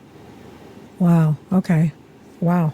So they have Section 8 housing or something like that involved in there. So they have to have a minimum of that, and then they sell the rest of them for full market value. Which, if a person of means, for example, are you gonna want to live in the Tenderloin when it's like this? Because you're even saying that this is it's a hot mess, man. Yeah, it is. It's like, until they recognize this is a really drug crisis, homeless crisis, it's going to continue to be. Yeah. There's no plans to shut the open drug market down. No. Has harm reduction, we're told, where they hand out the needles and they hand out the pipes and they hand out the foil and all that stuff. Is that helping or hurting? It's hurting. It's hurting because they don't believe in offering people treatment. They don't believe people going to rehab. They don't even believe. They have a motto, and their motto slang is, let people get high and let's keep issuing them their supplies for safe use. But this is one question they will never ask with their motto. What's safe about using fentanyl? What's safe about using fentanyl in a clean pipe? They will not tell you what's safe. But they'll say, we're giving out clean supplies for safe use. They don't like it when I come around. Every organization come around, if they're outside, they pack up when I show up. If their doors are open, they close and lock their doors when I walk by. Because they know I fit, and that's what I'm going to do. I don't say nothing to them. I don't speak. My weapon is my camera. And they don't like me pulling out my camera. Yeah, the dark doesn't like the light, bud. Yeah. Wow. Well, I want to make sure I ask all my. I was just going to ask you about the harm reduction, that sort of thing. But, yeah. The issue with harm reduction is like I went multiple times with the same scenario. This is before they even knew me. And I asked them, "Do y'all have any information for rehab or detox?" They tell me no. Nope. I went to another organization, asked the same thing. They tell me no. Every organization will tell you, no, we don't have no information for rehab or detox. That's, I've heard, here's what I've heard. Tell me if I'm wrong. From people who have been on the street and they've been high and on the street and dragging their bones on that street, barely able to deal with life. The best thing that ever happened to them was being sent to jail so they could dry out, so they could get medical help while they're detoxing. And then they got their head straight, and then they, some people relapse, of course, but do you think there's merit to that argument? It's a lot of merit. Everybody, I grew up, I know a lot of families, my family, when my brother that was addicted to drugs, or one of my friends was addicted to drugs or something, families used to be happy when their child is incarcerated. For two reasons, because they know that person is not outside harming somebody else. And the other reason because we know he's safe. He's not getting hard. He's getting clean. Yeah. Get it. I get it. So jail saves lives. Just talking from personal experience, I'm come from a low and poverty neighborhood. I come from the project. I have families into getting high. I got friends getting high. And each of my family members that was getting high, or each one of my friends, their family always was happy when the person is in jail. My mother used to wake me up every time she hear an ambulance.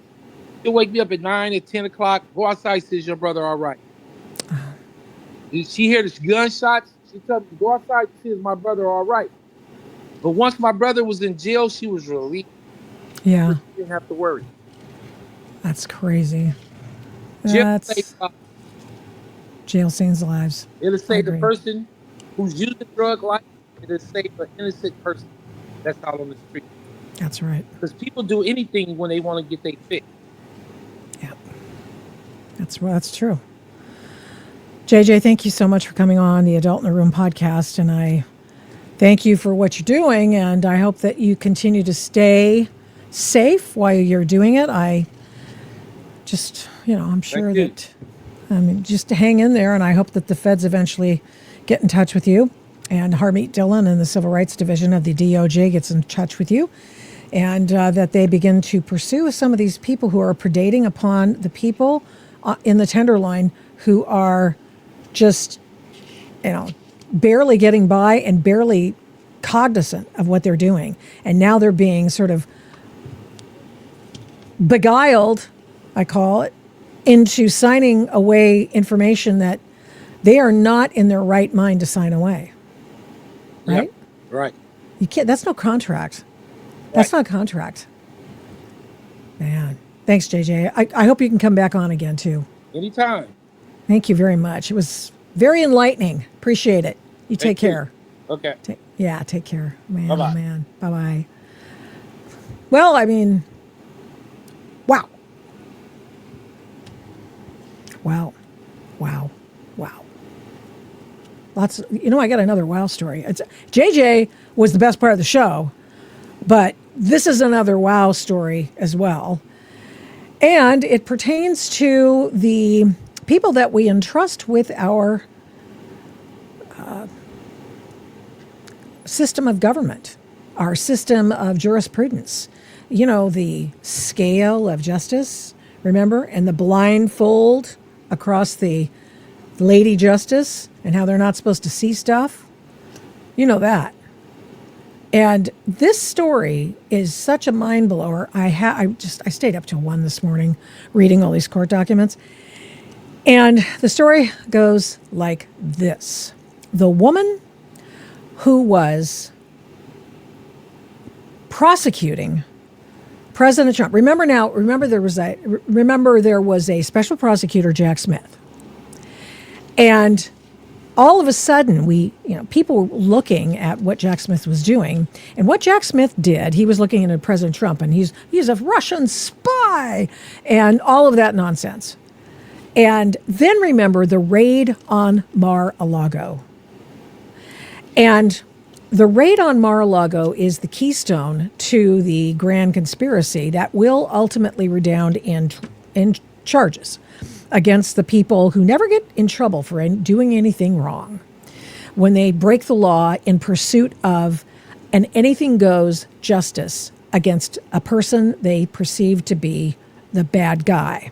You have victims. You may not like the victims. You don't have a perfect victim. But what you do have is you have somebody, whoever it is, who deserves a fair day in court. But they didn't want that at the DOJ under Biden administration. Jack Smith didn't want that. He didn't.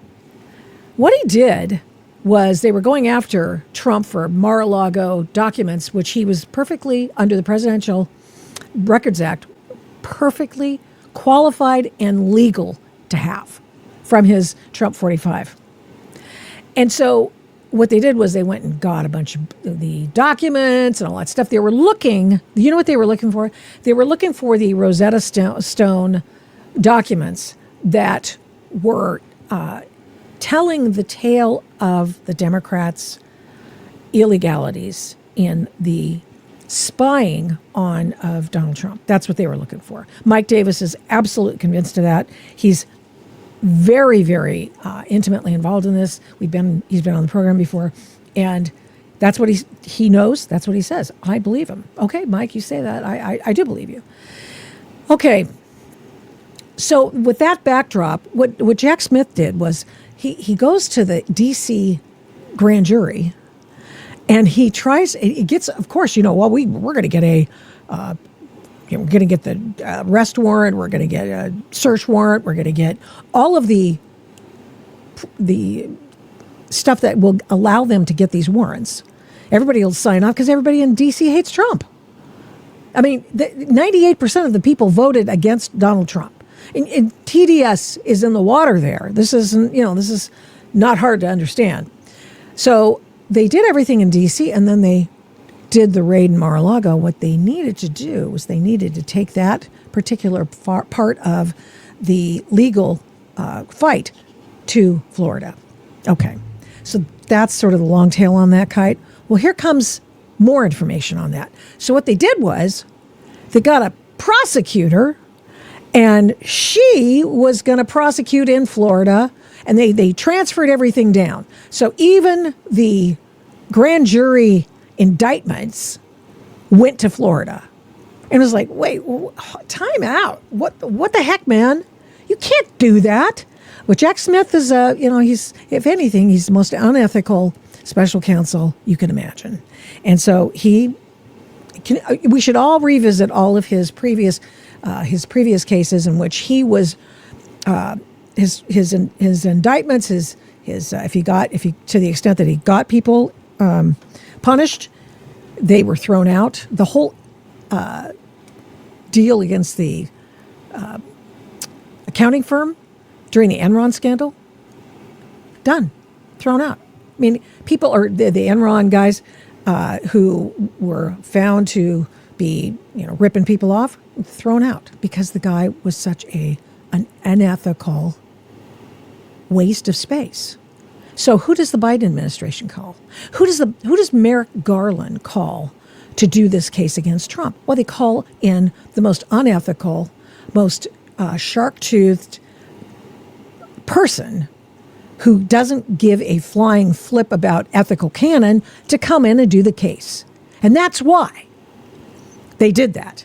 But what happened was Jack needed an attorney who could be as counsel in Florida at the DOJ. And you know what? The person in charge of the case, Aileen Cannon, who no doubt has to have security now because gets death threats every day. So what happened was she says to them, eventually the Trump administration, he was out of office at this point. His attorneys, one of which is Todd Blanche, they go to Aileen Cannon. They go, okay, this dude isn't even. But not only is everything bad that he's done, but this dude is not even properly premised to be the special counsel. He was not under the employ of the DOJ. They just plucked him from the World Court in Brussels or wherever it was, and they just punched him in, and he's just like parachuted in, woo! And then he starts doing his job. Well, he was never properly predicated to be a part of the case. And the judge goes, you know what? You're right. And what she did was, she said, okay, here's what we're going to do. We are going to take the special counsel's report that he wrote about this, and we are going to put it under seal. And ain't nobody going to be able to read that. Nobody, no how. And that's what she did. Until just a little while later. And the government said, hey, man, hey, Judge, don't worry. We won't tell anybody what's in the report. Well, that's different. We won't tell anybody what's in the report. We're going to tell them, we're going to just make sure that we just want a few congressmen, 6 or 7 congressmen, to take a look at this report. And then we are going to be keeping it a secret after that. And she laughed them out of court. Laughed at them. I mean, she didn't literally laugh at them, but she as much as laughed at them. And in a 14-page decree, if you will, a decision, Aileen Cannon said, no. President Trump, anything you've got going against President Trump is denied without prejudice. He's done. We are done here, sir and ma'am. And she says, you are getting nothing. You will get nothing. You win nothing. Good day, sir. And she booted him out of court. Said, no, you can't do this. So you can't have this report, volume 2 of this report. You can't have it. You may not disseminate it. We don't even, and they said, oh, well, we promise that we won't disseminate it. We promise. And she said, you and what army promises this, basically? You got to go read it. It's actually just amazing reading. And so she said, no, we're done here. We're done here, people. And what happened to volume 2 of this report? Well, Aileen Cannon found out, or someone, I'm thinking it was probably Joe DeGenova, who found out that the temp DOJ prosecutor at the U.S. Attorney's Office, where Aileen Cannon, she's in that area, that circuit, does her thing. Well, Aileen Cannon said no, but this person who was hired to be in Jack Smith's stead to run the case in Florida stole the document. Stole it. And yesterday, homegirl was indicted. Can we just pause here?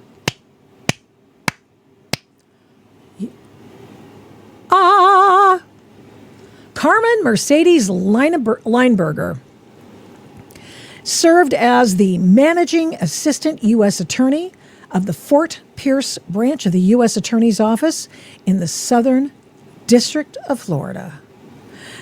As the MAUSA, which is, they have the worst acronyms at the DOJ. As the MAUSA of Fort Pierce branch on or about January 16th, 2025, Lineberger received via an electronic message on her Department of Justice email account copies of the report, Volume 2 report that was subsequently filed to the U.S. District Court for the Southern District of Florida. And on January 21st, Aileen Cannon said, we're not doing that. We are going to seal this. So it has, in fact, Aileen Cannon's sealing order has been in effect, continues to be today, since January 21st, 2025. So on or about September 22nd, Lineberger created an electronic document on her computer, government-issued computer. This is important, right? So they were able to get a look at it. And she took portions of the internal DOJ electronic messages had received on her DOJ email account, as well as portions of an internal DOJ memorandum containing the header and footer markings which read, for official use only, internal DOJ use only, and saved the compiled document with the file name Chocolate Cake Recipe PDF. She also had a bunt cake in there too. So so this is what she did. You remember all the Fauci stuff where the number 2 guy who's been indicted, who was Fauci's brain, and he got in trouble because he was working with the FOIA chick, the Freedom of Information chick, who was teaching everyone at the NIH, what was it? The allergy, whatever Fauci was at. It was a long acronym. And the FOIA chick was teaching them how to get past the Freedom of Information requests that may contain sensitive information by changing letters, changing fonts, whatever it is. I mean, the stuff you dreamed of doing when you were in college and high school, they were doing in the health department that Fauci ran. And so, hey, one of them was chocolate cake recipe PDF. So on or about September 22nd, Lineberger transmitted an electronic message from her account. You're going to love this part. You're going to love this. From her DOJ email account to her personal Hotmail email account. Hotmail. Yahoo and Hotmail. I mean, we all have one. I never had a Hotmail, but I mean, we all have like one of the older generation. I mean, I've got emails out there. I'm sure there are tens of thousands of zombie emails in there somewhere. Anyway, that are years old, by the way. Not even interesting. On or about December 1st, 2025, Lineberger accessed electronics message she previously received, which contained the report, downloaded an electronic copy of the report to her government-issued computer, altered the original file name to bunt cake recipe, and saved the renamed file to the desktop of her government-issued computer. On or about December 1st, she transmitted electronic message from her DOJ email account to her personal Gmail account with the subject line in the message, bunt cake recipe PDF, which included the report with the altered file name, bunt cake recipe. Okay. Count 1. Allegations contain paragraphs 1 through 9 of this indictment and re-alleged and incorporated by references as fully set forth herein. Carmen Mercedes Lineberger, this is a high-level prosecutor with the U.S. Attorney's Office in the Southern District of Florida. And homegirl's just been indicted. She embezzled, they allege, stole, converted to her own use, and without authority to convey and dispose of any record and property of the Department of Justice. Oh yeah, count 2. We got another one. Everything's fully set forth therein. She knowingly altered, concealed, and covered up a record with the intent to impede, obstruct, and influence the proper administration of compliance with Aileen Cannon's order. Now, she knew what the judge's order was. She kept a document and then tried to cover it up. That's obstruction of justice. That is all manner of bad things. Then we've got Carmen, this is count 3. She willfully and unlawfully concealed and removed and attempted to conceal or remove with intent to take and carry away a record document and filed and deposited with a clerk, an officer of a court in the United States.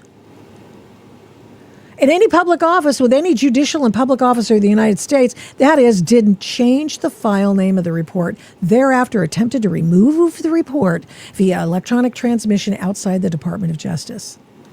That's probably how they did that whole Dobbs decision thing, too. Count 4. 4 counts. Willfully, knowingly embezzled, stole, converted to her own use, another government document. Violation. So she's Title 18, United States Code Section 641, Section 1519, Section 641. She's in a hell of a mess. Let's see, we just have 4 counts. She could go to prison. She will probably, if she's found guilty. I'm not sure how you get out and around from that. This is, my friends, this is a purpose pitch. It is painful. It is to tell these people who think they are above the law because they are the law, that they're not. that you cannot conspire to subvert a document to your own use and then later disseminate it. And who knows if she has? Maybe she has. And if she has, do you know how many years will be added to a sentence that she may or may not get depending on what happens in her court battle? Homegirl's going down. She's going. Done. Now, one more thing, because hey, what the heck? I mean, I'm already almost 2 hours here. I want to go over a little bit. And Alex, you can bail, man. I know, I understand. Because it is Epstein Thursday. And I want you to know about the Howard Lutnick deposition. So this is 96 deposition. I read most of it last night till 1 o'clock. Make sure I got the right one. We have the Ted Waite and the Howard Lutnick ones that came out. And I have some notes that I took. I just want you to get a look at it. It is basically what James said. He's in charge of the Oversight Committee. And James Comer came out after Khanna came out and said, he's been found lying 3 times. He was pretending he was Adam Schiff. It was just absolutely, it was an abomination. The dude wants to be president so bad. And I don't know what he's aiming at. Maybe, does he want, I don't even know. He's thinking about running for president. And I mean, he's not as obnoxious and odious as he is. He's still not as bad as Kamala Harris. So there's that. He has that going for him. But on this is I want to make sure I find my notes. Okay, so stand by here. My notes are in a different file, which is fine. That's fine. Yeah, here we go. So my notes on the Howard Lutnick deal, 96 pages. And what they try to do is the Republicans start first. Khanna comes in like an hour into it, doesn't even listen to what the Republicans have asked Howard Lutnick.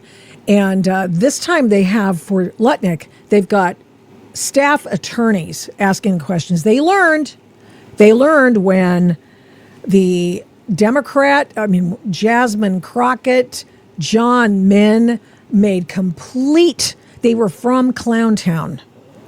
Just terrible. And they thought, this is really making us look bad. And because they were asking not just stupid questions, just beside the point questions, and they wanted it for a soundbite that they could have, whatever. You already know the drill. You're here, you're still here, okay?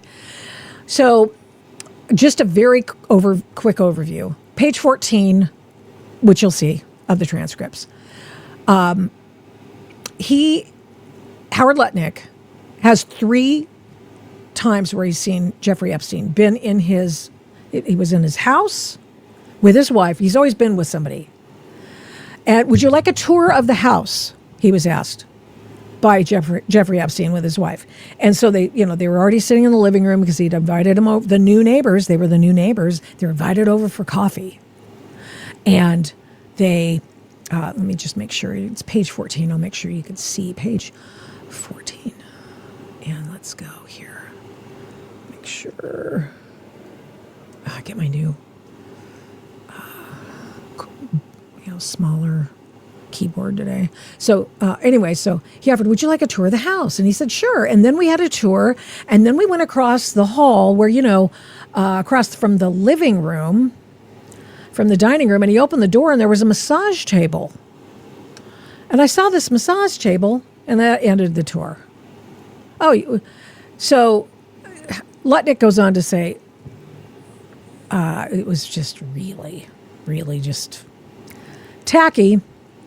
So you did not see the rest of the house. One room is what you're saying? One room, that's my recollection. It was like in 2005. Okay? One room, that's my recollection. Secretary Lutnick, you mentioned in your opening statement that Mr. Epstein demonstrated a clear lack of boundaries, and I think the word you used, and you were referring to the massage table. Lutnick goes, no, in the living room, and then we opened the door to the room across the hall, and that was when I assumed would be the dining room, but he opened it and said there was a massage, and there was a massage table. It was a lack of boundaries. Howard Lutnick and his wife were like, what the hell, man? And so he asked, how often do you have a massage anyway?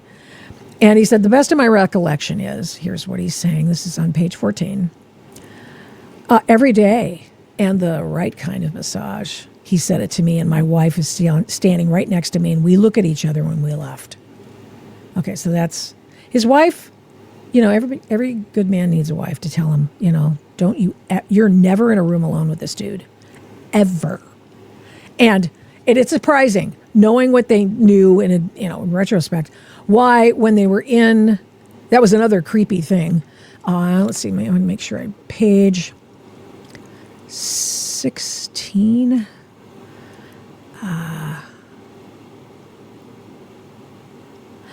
So on the podcast, the Democrats are asking him questions about a podcast interview he did and about a New York Post article, which fair game, I guess. So on the podcast, you said after seeing the massage table at Mr. Epstein's house,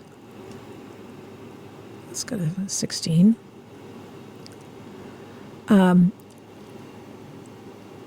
You decided that you were of the Pod Force One podcast. But generally, how did this appearance come about? I don't know offhand. I think my comms did it. And the topic of Jeffrey Epstein was the first topic of the appearance. Did you know that you would be discussing Jeffrey Epstein when you agreed to go to this podcast? No, I thought I was going to talk about September 11th, which, of course, is his entire company was, well, almost his entire company was wiped out in the World Trade Center. And he missed it, which, of course, online people are going, oh, he missed it. He knew something was coming because he's a Jew. I think he's a Jew. I don't really know. But anyway, because everything else is anti-Jewish these days, why not this? Which, of course, is why we have the Epstein class of people. That's the new verbiage. Learn it, know it, and know that it's a red herring. So anyway, we talked about the statements that you made after seeing the massage table. The guy's gross, disgusting. You'll never be in a room with him again. And you said it was just one and done. Is that a fair characterization? No, I think the right way to think about it is my wife and I discussed I would not be in the room with him professionally, philanthropic or social reasons, meaning don't form, the simplest way to say it is to don't form a personal or professional relationship with him. Avoid establishing one because he has no boundaries, right? He just said something inappropriate in front of his wife. Just avoid him, and I did. And so that was the discussion with my wife. It was informal. I wasn't trying to be precise. Well, they keep coming back to it. And when the Democrats get a hold of the questioning process, the Democrats continue to talk about the fact that he said, I'm not having anything to do with this dude. And he has to continue to the back and forth with the attorney is absolutely amazing. In this way, the guy just will not relent. He just wants to, he's trying to set a perjury trap for Howard Lutnick and to say that, oh, I thought, the guy's a total jerk. I don't want to have a thing to do with him, but I'll let my wife have, be able to be in his presence. That wasn't what the point was, he said. I just don't want to be in a place alone with him, which is why he later went to the Little St. James. I'm sorry, I'm just taking my books off my chair because it's time for me to, I'm going to sit down. So that's what they were trying to do. They're trying to catch him in something and, aha, I see that you decided that you're going to go to Little St. James and you're a terrible person and you put your children and your wife at risk. Yeah, children, wife, and their 10 friends, right? They brought 12 people to lunch. Howard Lutnick's going, I ain't going there by myself. Jeffrey Epstein wanted him to go by himself. Then they said, well, didn't Epstein get in touch with you about becoming a part of another company that you own?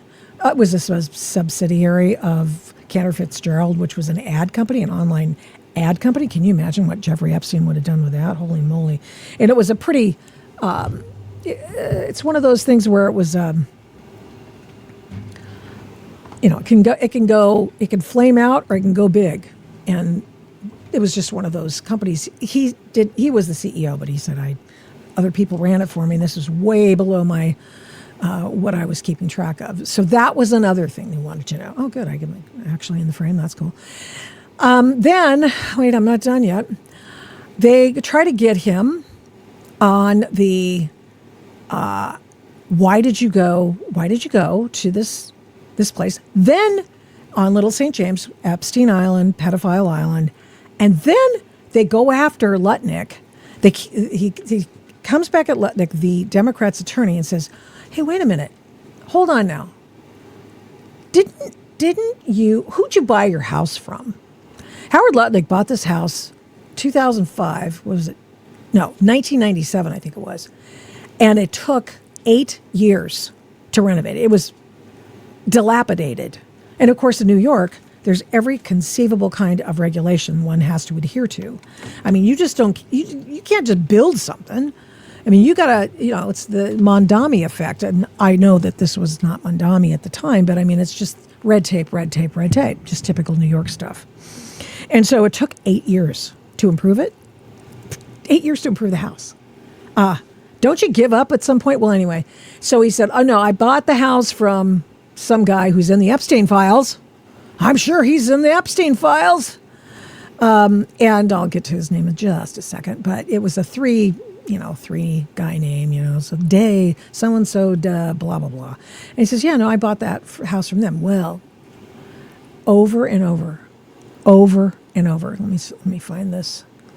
Did you know at the time that you purchased the home that the home had previously been owned by Jeffrey Epstein and Les Wexner? I don't know. And I bought it from Charles de Gunsberg, so that I remember. I don't know if I knew anything else. Is that you're not sure? Are you sure?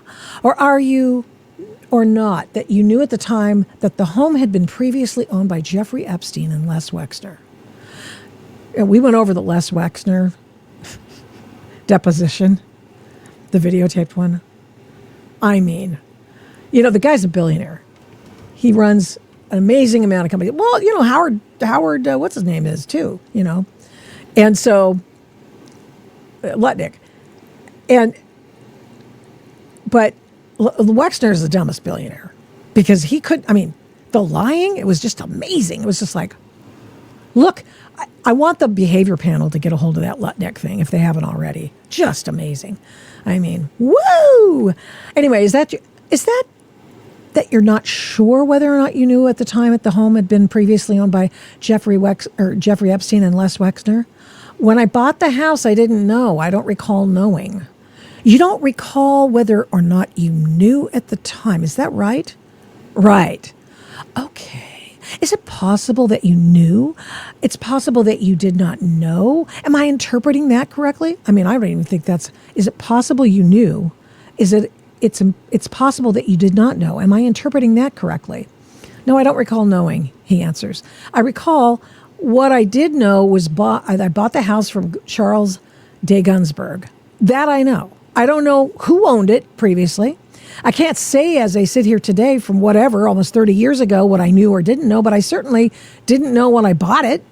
I'm sorry. There's just a little contradiction between those two parts. You are not sure today whether or not you knew at the time that the home was owned by Jeffrey Epstein. Is that fair?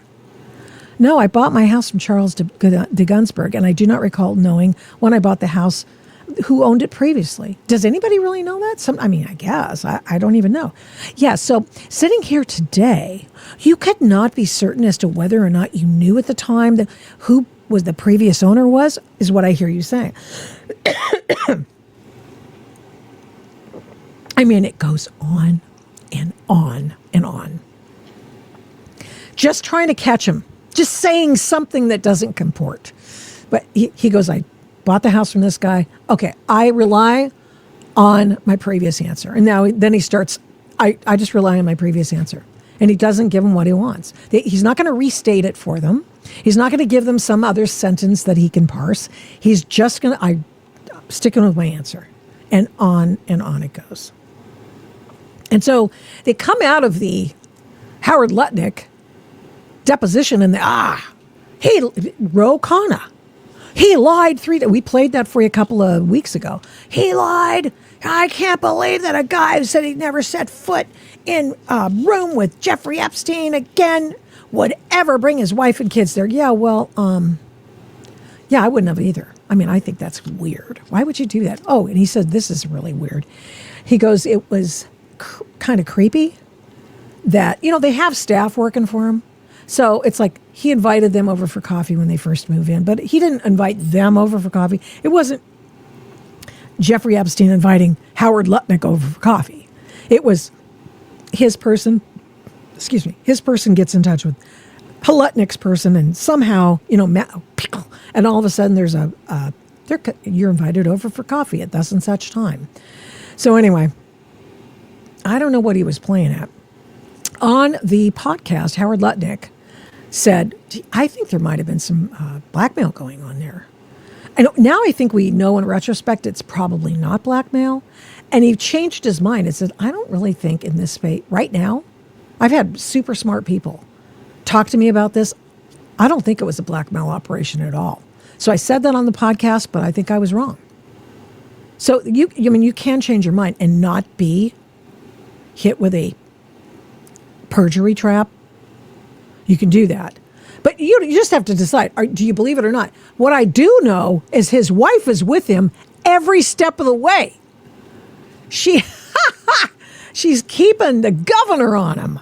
Don't be in a room. I have talked to my husband in terms like that before. Nope. Not to this extent, obviously. And, I'm not saying that my husband's, he's been with predators and, he had business. But no, it's like, and he's made some excellent calls in his business life. He's going, yeah, that's unethical. I can't do that. And he's saved himself. I mean, telling the truth and saving yourself from being part of something that's nefarious. He's been at some companies that are pretty high level. And, you just have to know. You have to have the feelers out. Mr. Terwilliger, I would object. You're just asking him to speculate what other people thought. This went on and on and on. In fact, I could not believe it when Lutnick's own attorney just, come on, man, asked and answered. Can we just move on now? Oh, no. They couldn't. It goes on for another 50 freaking pages of, are you sure? Mr. Khanna asks, which he gets a question in because it's Khanna. I'm going to run for president, and I know everything about Jeffrey Epstein. See the 6 names I divulged before the entire world, and that were wrong, and they were HVAC guys or construction dudes. Yeah, this Khanna who said, "Hey, with Bernie Sanders, I think a billionaire one-time billionaire tax is a great idea. Come on, Silicon Valley's not going to move out. So then Silicon Valley moves out, taking $1 trillion of capital wealth with them, and they're not going to get that money in the state of California with your stupid Bernie bro activities. So so Khanna's got to get in the show. You acknowledge the fact that you had these things that came out of the files. Do you think that before you should have said something at some point, whether it was a podcast or not? No one's perfect. I'm just saying, in retrospect, do you think you should have been a little bit more forthcoming on those 2 incidents, and maybe it wouldn't have become such a big deal if you had said it? Oh yeah, Mr. Khanna, the one who's been saying he met with him 3 times and he had the temerity to take his wife and kids on one of those meetings. His wife was in every one too. How could he just think so little of this man and yet drag his family in there? How dare he? It's like, dude, not your business, right? Okay. However, he can, I suppose, decide anything he wants. But it's stupid. Okay. Then, no one's perfect. I'm just saying in retrospect, you think maybe, I would love to see the tape of this. We don't have one. They didn't record it. But I would love to see Khanna just try to run this line, David Men's line. Anyway, so Lutnick says to this obvious, inauthentic way of trying to get something out of Lutnick, I thought I described an informal conversation with my wife from 20 years ago to make the point I was trying to make. I made it reasonably. I tried to make it reasonably. So you have no regret, says Khanna. Lutnick, no. Well, I'm done. Thank you, Mr. Secretary, for being here, and I appreciate the time. So when we go on, there's more Lutnick here. Well, if I find any, good, I don't think there's any good scoop in there. The different congressional representatives, which means that they're asking really self-serving, stupid questions. And the ones you want to pay attention to are the ones that the attorneys asked. And the ones that the Democrat attorney, the Republican attorney, by the way, most of the Democrats weren't even there. Okay. So on the oversight committee. And so this is establishing like person, place, thing. Is it a noun? Is it an adjective? Just the real basic stuff. Right?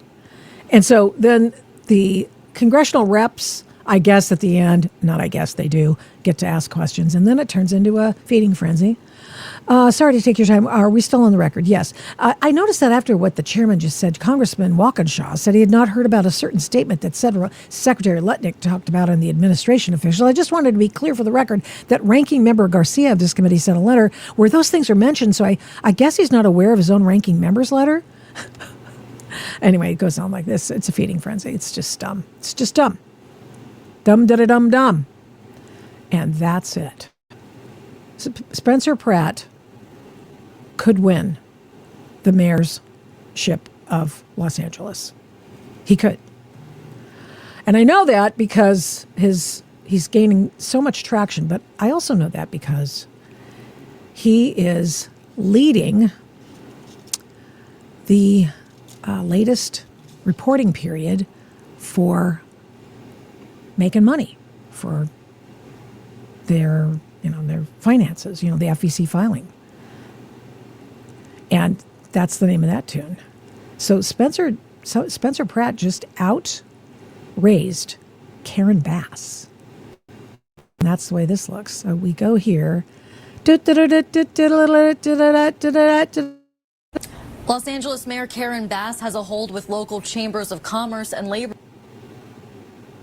groups, but Spencer Pratt has seen some big name donations come his way lately, and he's even outraised Bass so far this year. From January 1st to April 18th, Bass has so far taken in just under $500,000 from contributors, but that's behind Pratt's nearly $540,000 in donations that he's taken in. And Pratt's popularity is climbing in the polls with the ultra rich. Look at some of these recent donors. Jeffrey Sprecher, the CEO of the Intercontinental Exchange, Jeannie Buss, the governor of the Lakers, Sean Rad, the founder of Tinder, the dating app, Jamie Siminoff, the founder of Ring, the security system, Lucien Grange, the CEO of Universal Music, and his son Elliot Grange, the CEO of People are not freaking out about voting or supporting Spencer Pratt.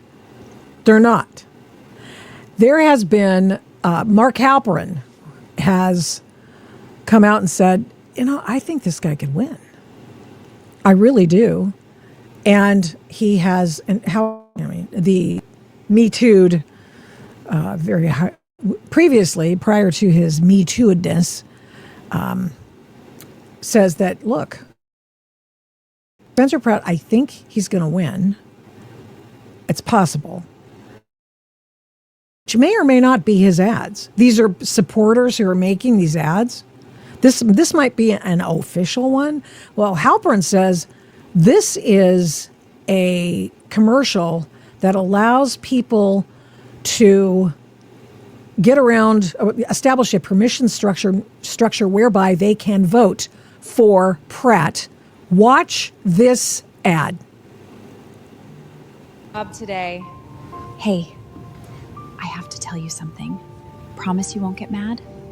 I'm voting for Spencer Pratt. Get mad? I'm voting for Spencer Pratt too. Did someone mention Spencer Pratt? No? No. Oh. Because I'm actually voting for him. Oh, so are we. I just don't know if we can say that too loud over here. Say what? Spencer Pratt? He's got my vote. Wait, is everyone here voting for Spencer Pratt? You are not alone. There's another one where a bunch of guys, it's the guys' version of this, and a bunch of guys are going, well, I'm not MAGA, but I really appreciate, neither is Spencer Pratt, by the way, even though that Donald Trump said, I understand he's a MAGA guy. Well, okay, maybe. I don't think so. He's not running with Trump. But Trump said, this guy really is really interesting. I hope he wins. And he goes, but it's a real traffic wreck, and the voting system in California, and you're running up a hill, you're rucking with 5,000 pounds, and you are in the mud. So it's tough. It's a tough deal. But Halpern says that there is a permission structure, and this other male one that I couldn't find it, but that's okay. They're talking about, well, I'm not MAGA, but I think, I really think there's really some problems here. I'm not MAGA, but I think that there's, the homeless people all over the streets. I'm not MAGA, but what are they doing to the dogs on the street, man? Well, I'm not MAGA, but I think that we really ought to find out what happened in the fire. I'm not MAGA, but, giving them a permission structure to accept the fact that this dude is actually the right choice for them. And then there's the one I was desperately trying to find yesterday or Tuesday. Tuesday. And it's this, I got it back. It's happening. And I'm going to share it with you. I am going to bring this up so you can. This is just a creator. This is a guy who wanted to, just support. The guy makes incredible music videos and all kinds of things. It's pretty amazing. And he just he's made multiple ones of the Spencer Pratt candidacy, okay? So here it is. Watch. This is the one, I happen to like this one a lot. Shoot, here we go. Hello. Wow. It's one of the best political ads I've ever seen. I can't get it any bigger than this, so I apologize. Cartels laughing while the mayor's getting paid. They decriminalize it, call it harm reduction. Now kids dropping dead, that's their new tradition. Needles in the playground, zombies on the block. Politicians in mansions, doors double locked. They say it's a crisis, them fund the same clowns who lost track of millions, now the whole state's drowning. Pratt in the booth, no filter, no cap. Y'all been sleeping on the fraud, now it's time to clap back. And what about the dogs, man? Hearts on the floor. Strays in the camps, getting kicked, getting told. Poison bait, hit by cars, no one keeping score. Why they spin on needle vans and open the door? Animal shelters overflowing, crying in the night. But the fire machine keeps running under neon lights. From Sacramento down to Venice Beach sands, it's one big Ponzi, they stealing with both hands. Taxes through the roof, businesses all fleeing. Middle class extinct, that's the California dreaming. I went from reality TV to reality checks, exposing the grift, put the state on blast next. They want you quiet, they want you scared. Posting pretty filters while the real shit's there. But I ain't budging, Heidi by my side. We see the fraud, stay wide. Genocide of pride. Waco, California. California fraud, fraud, fraud. Whole state's a scam, homeless funds vanishing. Don't give a California fraud, fraud, fraud. Whole state's a scam, homeless funds vanishing.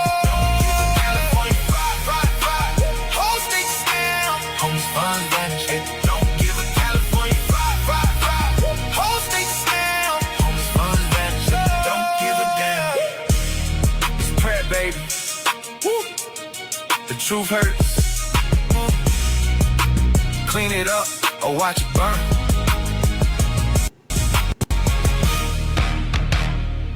Wow. It's one of the best. That is pretty doggone defective. If it reaches people, right? So he's done a couple more. Several, and they're all hilarious. or they're effective like this guy's. It's not a commercial. It's not his expenditure, but it's pretty effective, and it's gotten, let's see, how many views? I don't know. He's posted it multiple times, 9,000 comments. I think they might have something here. Okay, so best ofs on audio only next week, and on Rumble and on Spotify.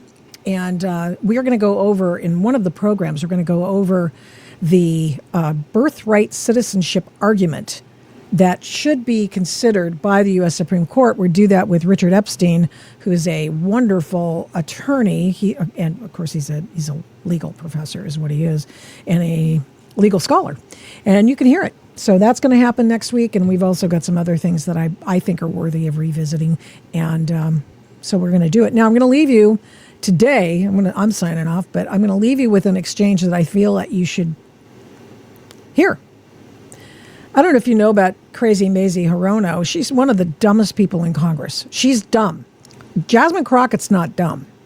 Mazie Hirono is a senator.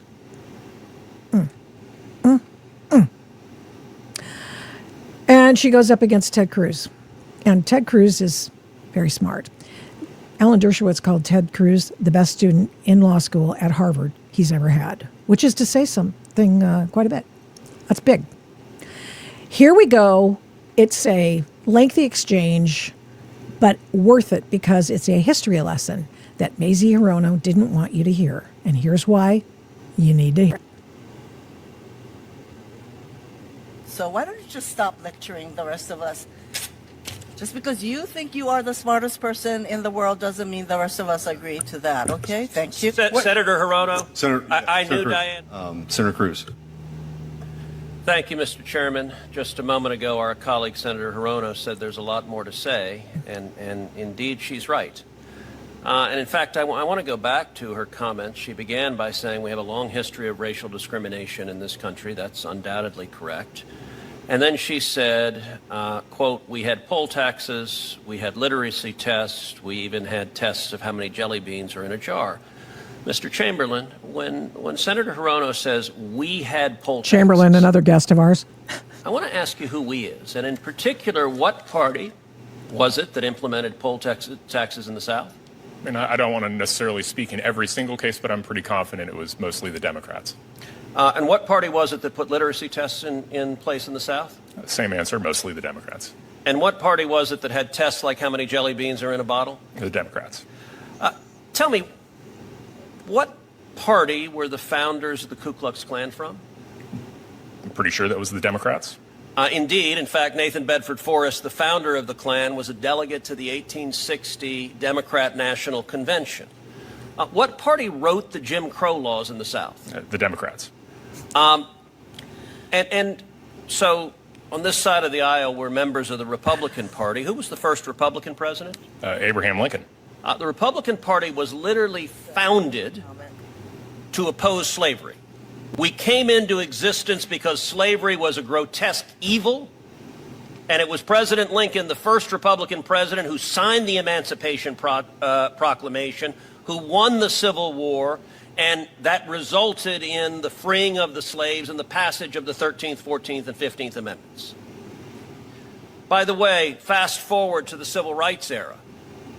Bull Connor, one of the most noxiously racist politicians. What party was he from? He was a Democrat.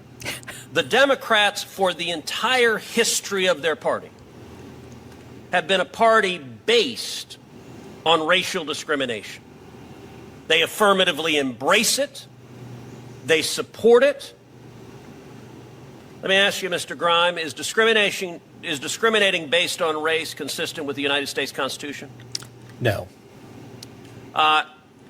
What does the 14th Amendment say about discrimination based on race? It's prohibited. What does the 15th Amendment say about discriminating based on race, and in particular drawing congressional lines and explicitly discriminating based on race? It's prohibited. Now, the Democrats are fond of telling this story that is, and I wish I could find a kinder way to say it, a flat-out lie.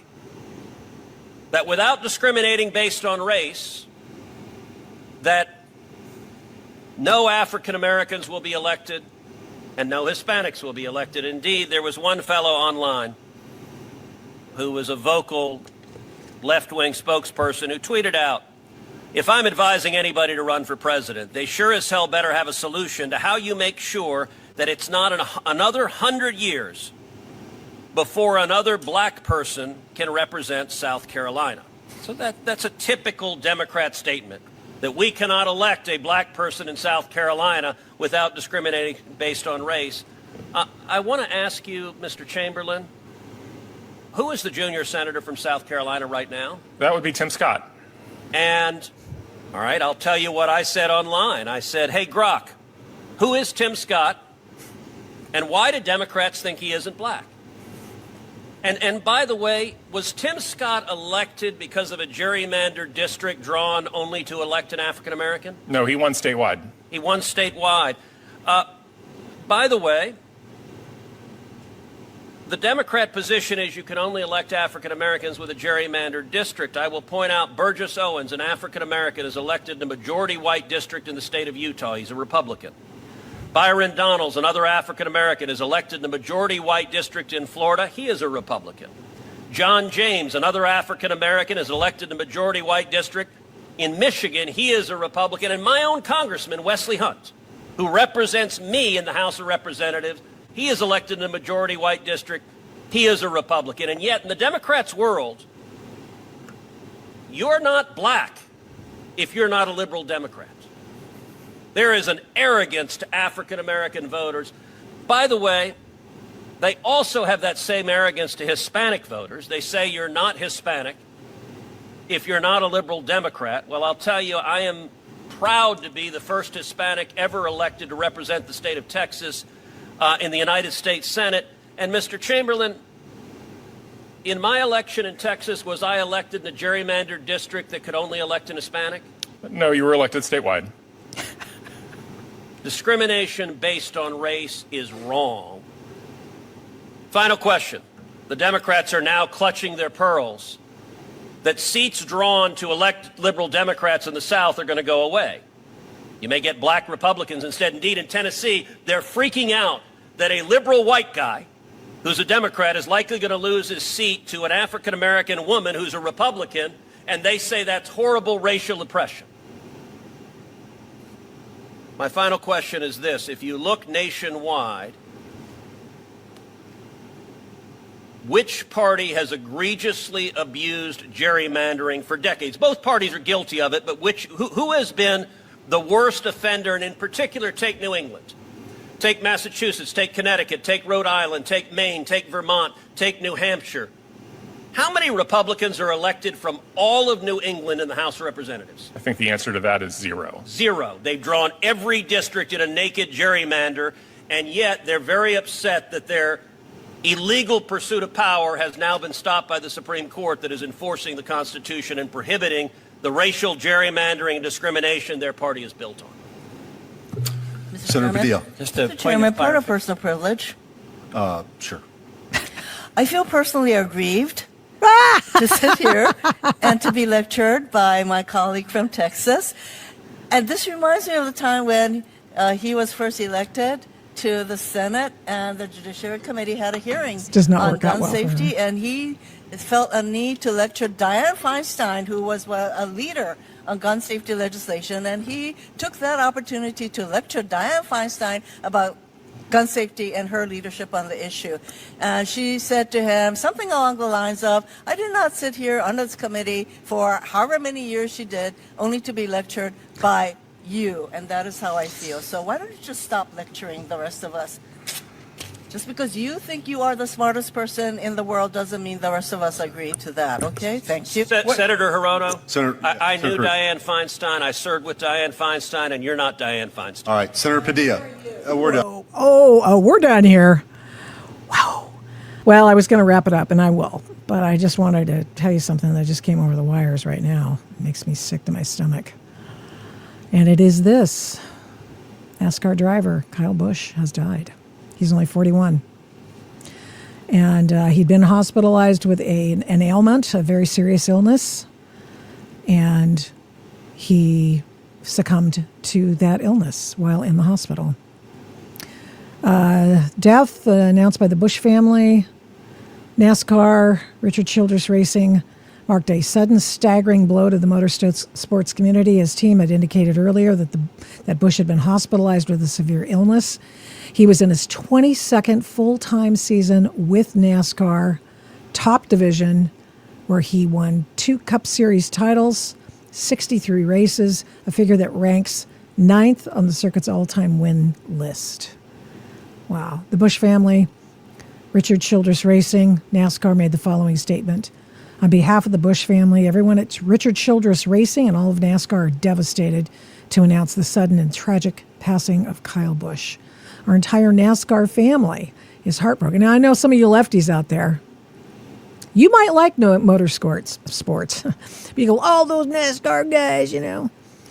But this is a big one. This is not good. The entire NASCAR family heartbroken by the loss of Kyle Busch, a future Hall of Famer.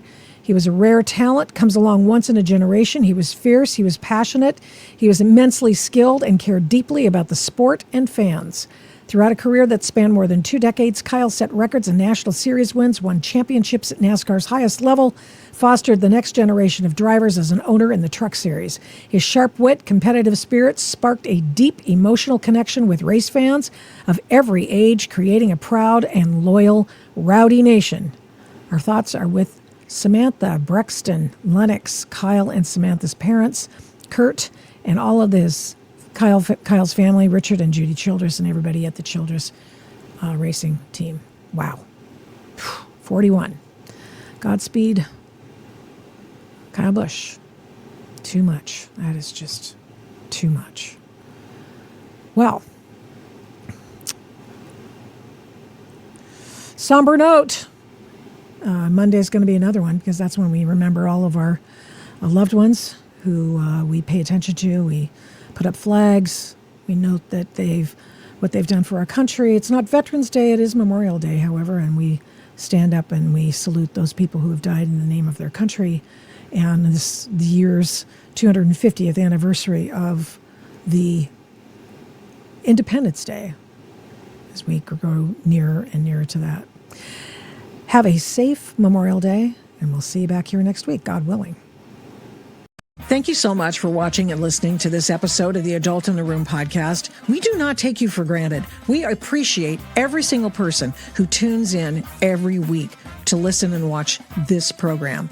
We're here every Tuesday and Thursday, live streaming on Rumble, and then on every other podcast platform shortly thereafter when we can port it over and get it over there as soon as we can.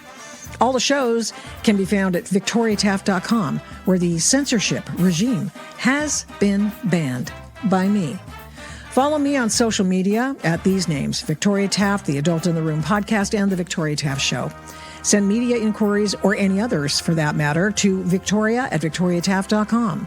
And here's a big ask. Would you please subscribe, share, like, comment, recommend, and give this program a 5-star rating where you can? We really appreciate it. We do not take that for granted either. Follow my work at, you guessed it, victoriataft.com. PJ Media, I write tons over there. Flamingo Audiobooks, and of course the radio. I don't do this alone. This show is produced and engineered by Overall Media. 1A Cast is responsible for some of the Adult in the Room podcast's imaging. Logo design by Hageman Creative. The Adult in the Room podcast is produced at Flamingo Road Studios. All rights reserved.